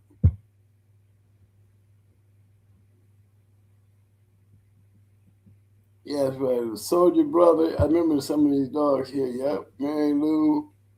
Got the whole little crew.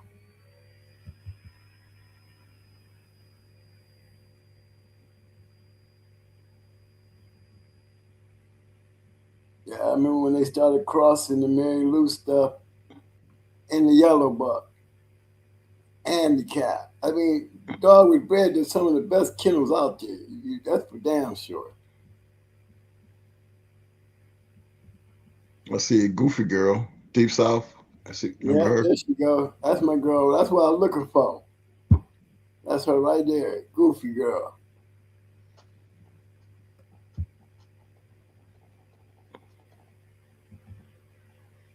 Yeah, old Goofy girl. Here go our offspring right here. Trina. Remember her, Mike? Yep. Grand Champion Max.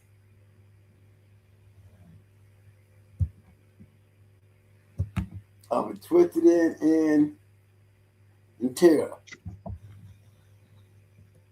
Here's a dog that was a grand champion till he was 6.5 years old, and then they take him back out and put him on a great dog like Champion Cochise.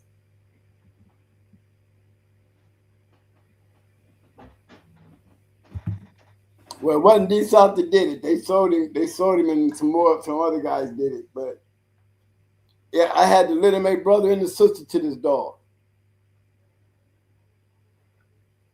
The brother got stolen. He was one of the dogs that got stolen off the yard.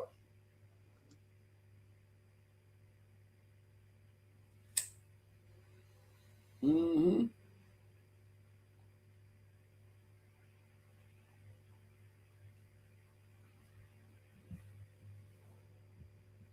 Another good breeding though, y'all.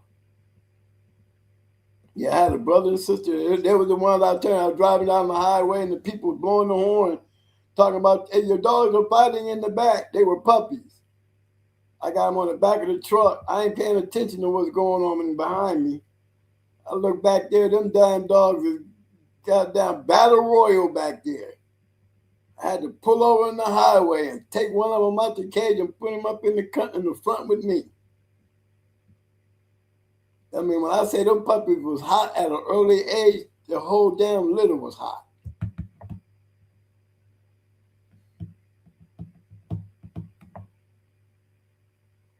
You see how we was playing with that Stone City stuff after we made that move, Mike, with Stone City? You see how everybody else jumped on the bandwagon?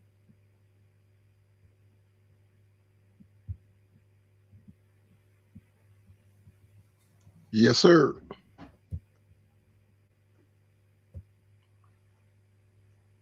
A lot more, some more good dogs, that's all.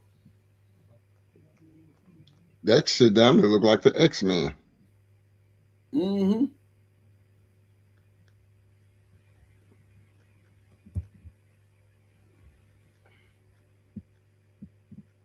Everybody got on the bandwagon when they see it. Once we did it.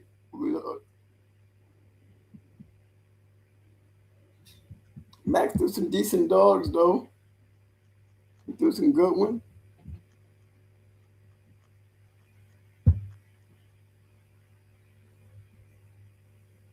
Remember that one right there, right? Yep. I remember all of these. Cause remember the CDDK Red and them? Yeah. Them the same boys that was Turned on Most Wanted. the most wanted, yeah. Where the Most Wanted dogs came from them.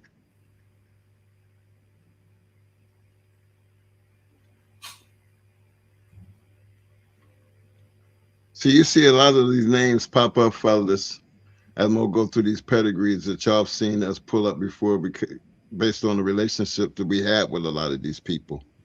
You know, if y'all see them DDK that red dog, and then you see how important they was. Right. See, most wanted Kennel was the breeder. See? Right. The same ones that had the grand champion Red Ruby. Yeah. Just had I think that was Madame on the bottom of the grave. They one came into the yard and bought Madame.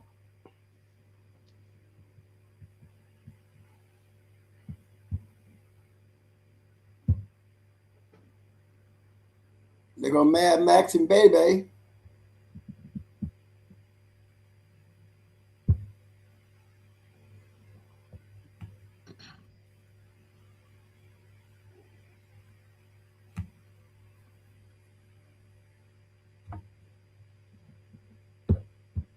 Another one that got stolen. Just a damn good dog. You know, we had our day. That's all. They go champion Trina.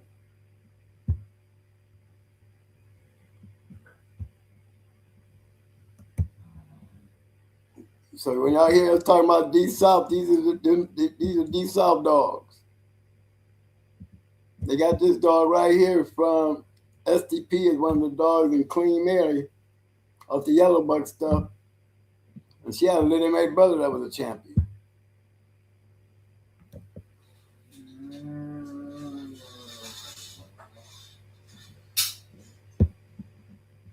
The thing about it wasn't but 2 puppies in the litter. 2 puppies. They only had 2 puppies, both of them up. Tell them, Mike, them dogs was nice dogs at 11 months old, wasn't they, Mike? Sure was. We put Dum Dum on Psycho. That 11-month-old puppy was working that mother. He was right in there with him, wasn't he? And she was in there with Psycho, and you already know Psycho was a monster. Psycho was a monster. But that's what you call great breedings right there, man. And these dudes mastered a lot of dogs. Same dudes that got, you see, they had Luke Kane. They're the ones that sold Luke Kane to STP. That used to be Deep South Luke Kane. They sold Luke Kane, but they didn't sell Twisted.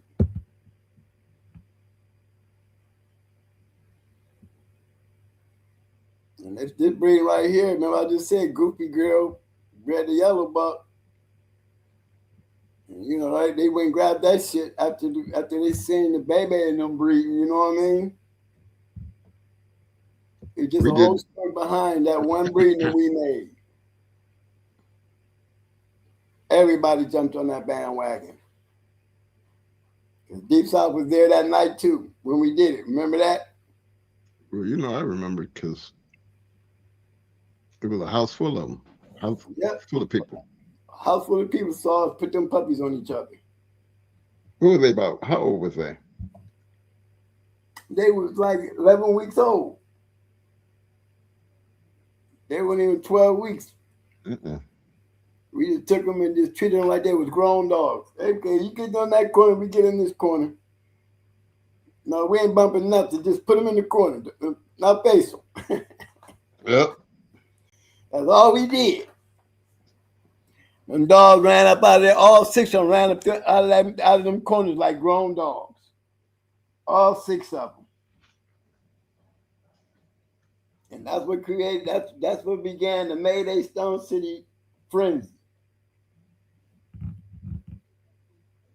Well, I know it brought Most Wanted to the yard. It brought Black Ice to the yard.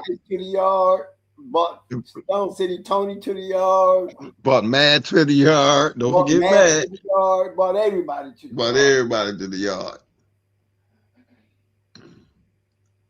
Big shout out to my man, Mr. Will Turner. He said another good guy we picked up great dogs from was Ray from BBZ.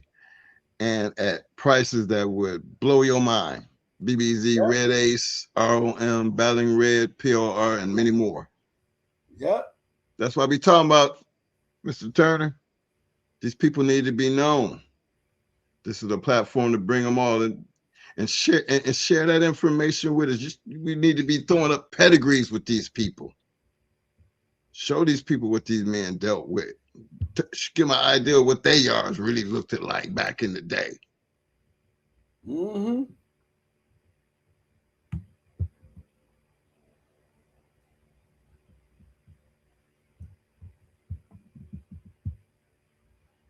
See, my man said, he said, we got rid of all our Lucane straws. Best one we had off Lucane was Mr. Mojo. He would have been talked about today if we didn't lose him. We've had those moments too, bro.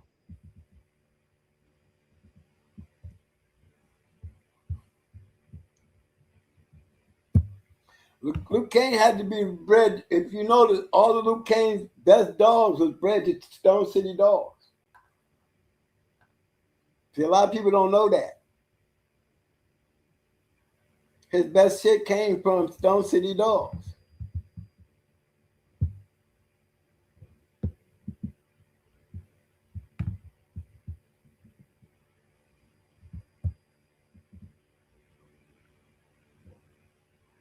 No, Hella looked just like his ass. Don't she though? Pages. Number pages. This is what it looked like when you're in a breeder's hand.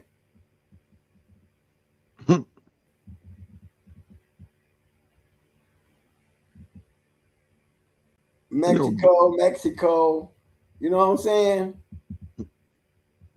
Muscles. I mean, that's what they all was. But you know, STP, they was some breeding up some shit though. They did Luke Kane the way they did Buck. But see, STP sold Luke Kane. To Ulysses? No, he sold him to Natural Born. Oh, okay. Okay. He from Natural Born got him, and then, you know, because, you know, those breeds like Clean Man, those breeds, he got them when he first got Luke Kane.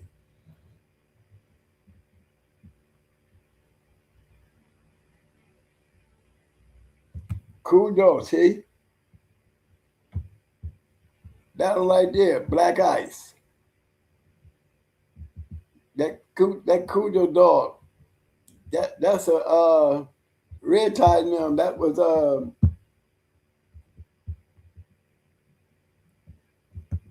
another good one. Crashing them, yeah.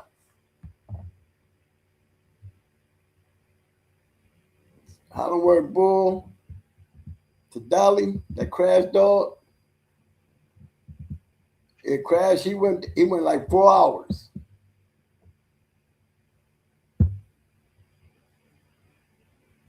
Hey Mo, it's almost 2:00, bro. What is we doing? I'm just going through playing with him. I was trying to find Miss Luca though. Before I dialed out though. Right? You know, his only grand champion, great bitch, was grand champion Miss Luca. And she was bred to a Stone City dog, wasn't she? Yeah. Well, you know, they got Big Boy, there's a grand champion there. Bred to a Jeep dog.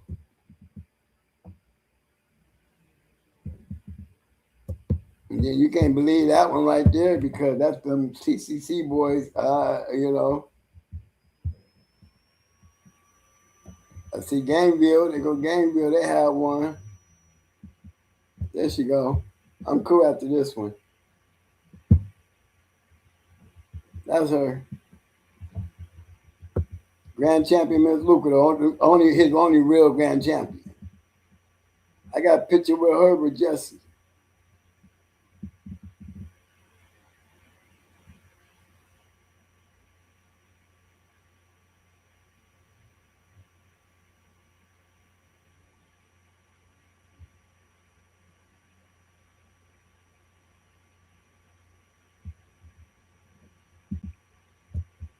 Okay.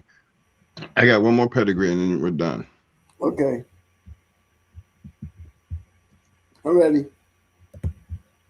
126.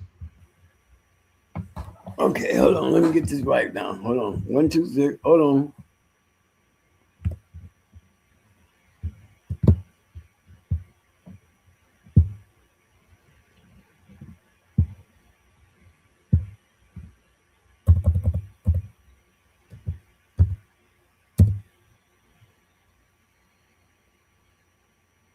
I'm ready. 126 924.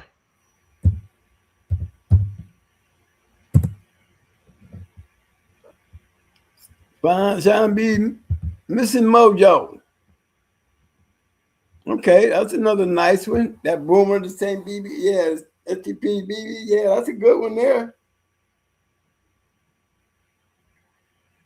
You know, Mr. Will Turner, he old school, so you know he knows some shit.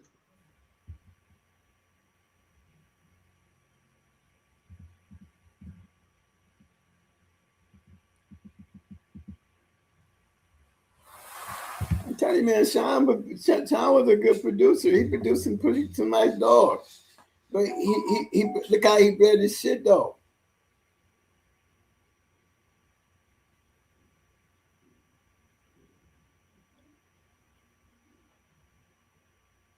I mean, they all right up there with old Beamers. You know what I'm saying? Mm-hmm.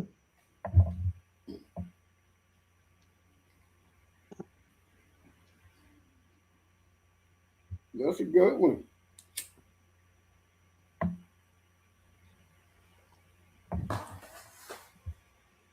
Big shout out to Sean B again. You know, I like dropping that name in there.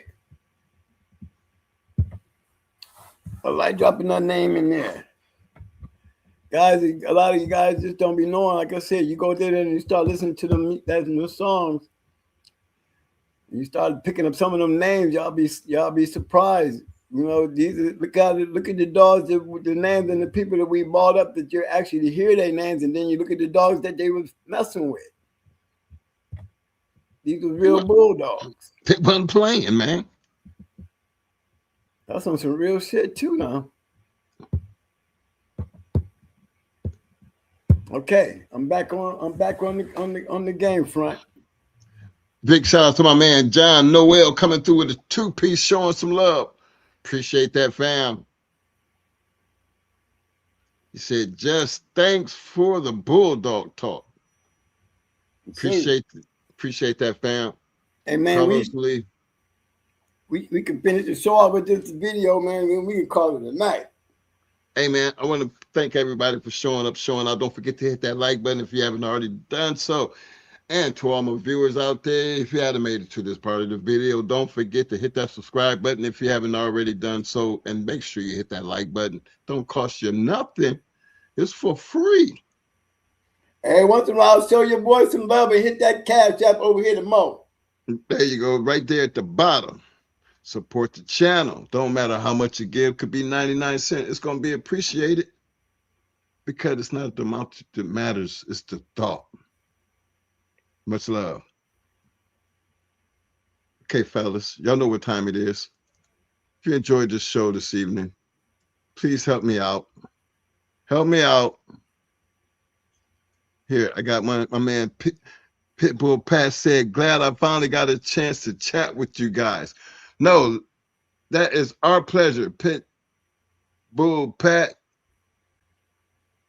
That is our pleasure, man, for showing up, showing it, and showing out and sharing the knowledge, man. You could have so many other things you could have did, but you jumped right in here with that hardware and you took care of business, you know, and we appreciate that. You know, it don't hurt to share some love, share some experiences, share a lot of information because a lot of guys need to see it because we might all be old school, but can't tell us that we don't know these damn bulldogs because it's just something about us that we can't help it. It is what it is. J-Bo, what's up, baby? You know, J-Bo always pop up in the end. Because you know he be sitting in the back street. He always pop up in. I see you, fam. I know you be back there, fam. You always let me show my boy in the end. Appreciate the love, fam. Big shout out to my man, Small Time Kennels, Robert Mack. Appreciate you fellas, man. Look, everybody else, get along with these gentlemen and show me some damn thumbs up, thumbs up, thumbs up, thumbs up. Some damn muscles. Hey, muscles. Now, show us some damn roses. We need them damn roses. Hey, man, y'all show some love. We got 30-some people up in the room. Come on, y'all. Let's finish out tonight. Let's do it right. That's right. Hey, man, look. Not everybody can do this. This is the whole. This is the concept. The more information you get out there, and this is our concept. The more information that gets out there and you share to other people, we always felt like it makes the game that much stronger. The stronger the competition, the better the dogs. The better the dogs mean, the better the dog men. And okay, wouldn't care if you're running up a treadmill, running up a wall, chasing hogs. You know, everything's got a class. You know, if you're trying to be the top of the class, then this could be you. I mean, we only tell you our story, the time period that we lived in, the great dogs that we had the opportunity of breeding to, and the people we had, meeting and all that shit along the way. You know what I'm saying?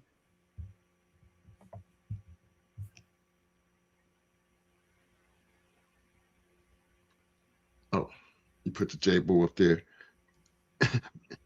V-Doobie! I see you, fam. Appreciate that. Big shout out to my man, Mr. Will Turner. Thank you, sir. As always. Big shout out to my man, Small Time. Hey, fellas, look, regardless of what you do, how you do it, you know what I'm saying? Have it in your heart. Have it in your, have it in your soul. And believe in what you're doing. As long as you believe in what you're doing, make sure you put that little note on the refrigerator or something somewhere that you always got to remember, because nobody can get to this without having it. And I think you need to always. What you think, Mo? Always. Yes, I think you need to always scratch the win. Yeah. If you ain't got it in you, all I can do is tell you, just keep watching the video. Just keep watching.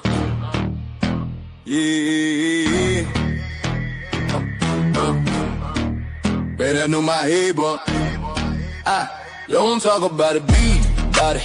That's the code we live in the game with them people. See the proof and how to give from the pit to the trophies. Every chain, every game. Don't talk about it, be about it. Don't talk about it, be about it. That's the code we live in the game with them people. See the proof and how to give from the pit to the trophies. Every chain, every game. Don't talk about it, be about it.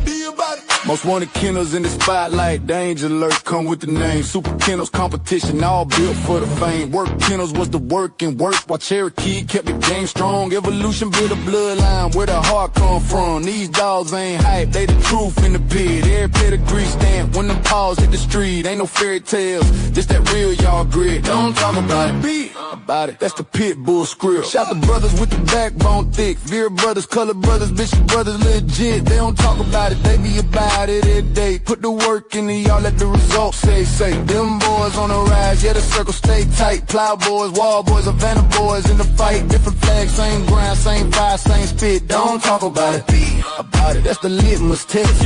Legend of doom behind set tone. Loctite, locked in, carved in stone.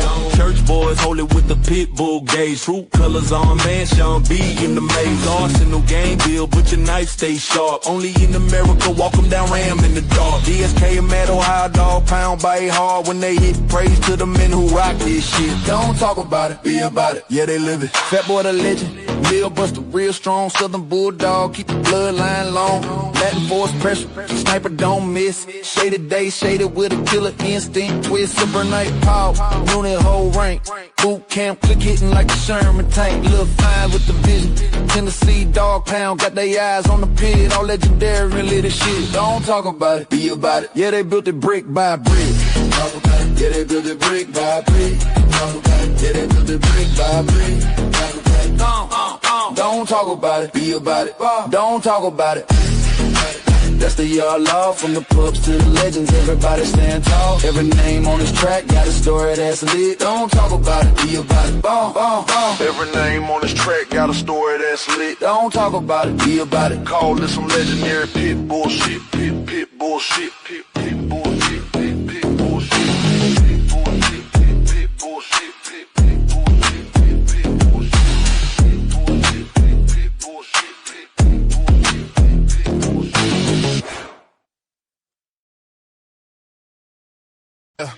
We in the trenches, feel that hunger in the air. Yeah. Welcome to the yard. If you're tough, you can stare. Yeah. Welcome to the yard. Where the chain spots shine, bloodlines run deep, every pedigree's prime. The game APBT, worldwide pride. You come correct or stay the hell outside. Legacy made. We grind, we hustle. Twin bosses, Mo and Mike locked in the scuffle. Yeah, we run the yard, iron fists and grit. When the sun comes up, no, we never gon' quit. Dudo and Devo, legends carved in stone. Patrick Bolio made the yard they home. Tanned and yellow, they whisper through the trees. Echoes of greatness, feel that legacy breeze. Going hard. Yeah, we run this yard, nothing but the best. We don't play it soft, bloodline stack heavy, 52 waist strong in this dog-eat-dog world. We know where we belong, the yard where greatness prevail. Pressure creates knowledge and hard work. It's how history bakes, all on the fucking deal. Pressure creates knowledge and hard work. It's how history bakes. Tails in the dirt, every chain spot turn, lessons learned hard. Like the scars we earn, no shortcuts taken. Champions ain't bought, just blood and sweat. This legacy taught from Mayday to Ace, Buck to G. Every warrior counts, we ain't losing no sleep. Heat like a furnace, knowledge is the key. In the yard we trust, we got the pedigree. Feel the intensity, blaze in the fight. In the shadows of the yard, we rewrite the night. From the ring to the chain, we like kings cut out. Mo and Mike, every victory's what we shout. Going hard. Yeah, we run this yard, nothing but the best. We don't play it soft, bloodline stacked heavy, 52 waist strong in this dog-eat-dog world. We know where we belong, the yard in the dirt. Yeah, knowledge and hard work. It's how history bakes. Yard in the dirt. Yeah, knowledge and hard work. It's how history bakes. Yeah, legacy in the dirt. Yeah, feel that fame. The game APBT. Remember the name, so step back. If you can't handle the heat, the yard's going hard. Put the game on repeat, it's Mo and Mike. Kings in this game, going hard. Kennels, forever reign the same, nigga. Yeah. It's Mo and Mike in the house. Going hard with the legends. Paying homage, you know. Yo. Twins Mo and Mike, we running this game. Legends in the making, never gonna be the same. Kennels popping hard, these game dogs raised right. The brat, pretty mama, they shining so bright. LaMayday, what a day, they breathe the heat. Red Ruby L-Rod, they can't accept defeat. With 38 special and yellow bird, we top tier champions, grand champions, ain't no fear. Run the register of merit, we got the elite. Mayday bug Jeep, Bella Frisco, feel the beat. Females like honey bunching awesome, baby, we tight. Bloodline strong, spreading knowledge, taking flight. Scratch to win, don't talk, be about it. We the real deal, you know it's no doubt about it. KPTO, the modern Earl Tudor. Got in the pack, making moves like a tutor. APT, family thick, like legends in the game. Legend of them, Triple M. Shout out the name, Deep South, Roadblock. We upholding tradition. Mama, Southern Kennels, we got that ambition. Hardcore hitters, Stone City brings the fire. The Abrahams, the fam lifting us higher. Run the register of merit, we got the elite. Mayday bug Jeep, Bella Frisco, feel the beat. Females like honey bunching awesome, baby, we tight. Bloodline strong, spreading knowledge, taking flight. Scratch to win, don't talk, be about it. We the real deal, you know it's no doubt about it. Listen up, respect the hustle, respect the grind. Ben, Nate, dog, putting in work intertwined. Keeping that legendary status alive, you feel? Don't hate on the ride, catch the bus, we keep it real. What's history without a future? We pay the way, cat. We make it happen, that's the play. So here's to the champions, run the race, stand tall. Twins, Mo and Mike, we gon' answer the call. Legends in the game, yeah, we holding it down. In the world of game dogs, we wearing the crown. Run the register, I'm buried. We got the elite. Made a buck Jeep, yellow Frisco, feel the beat. Females like honey bunching out, so maybe we tight. Bloodline strong, spreading knowledge, taking flight. Scratch to win, don't talk, be about it. We the real deal, you know it's true, no doubt about it.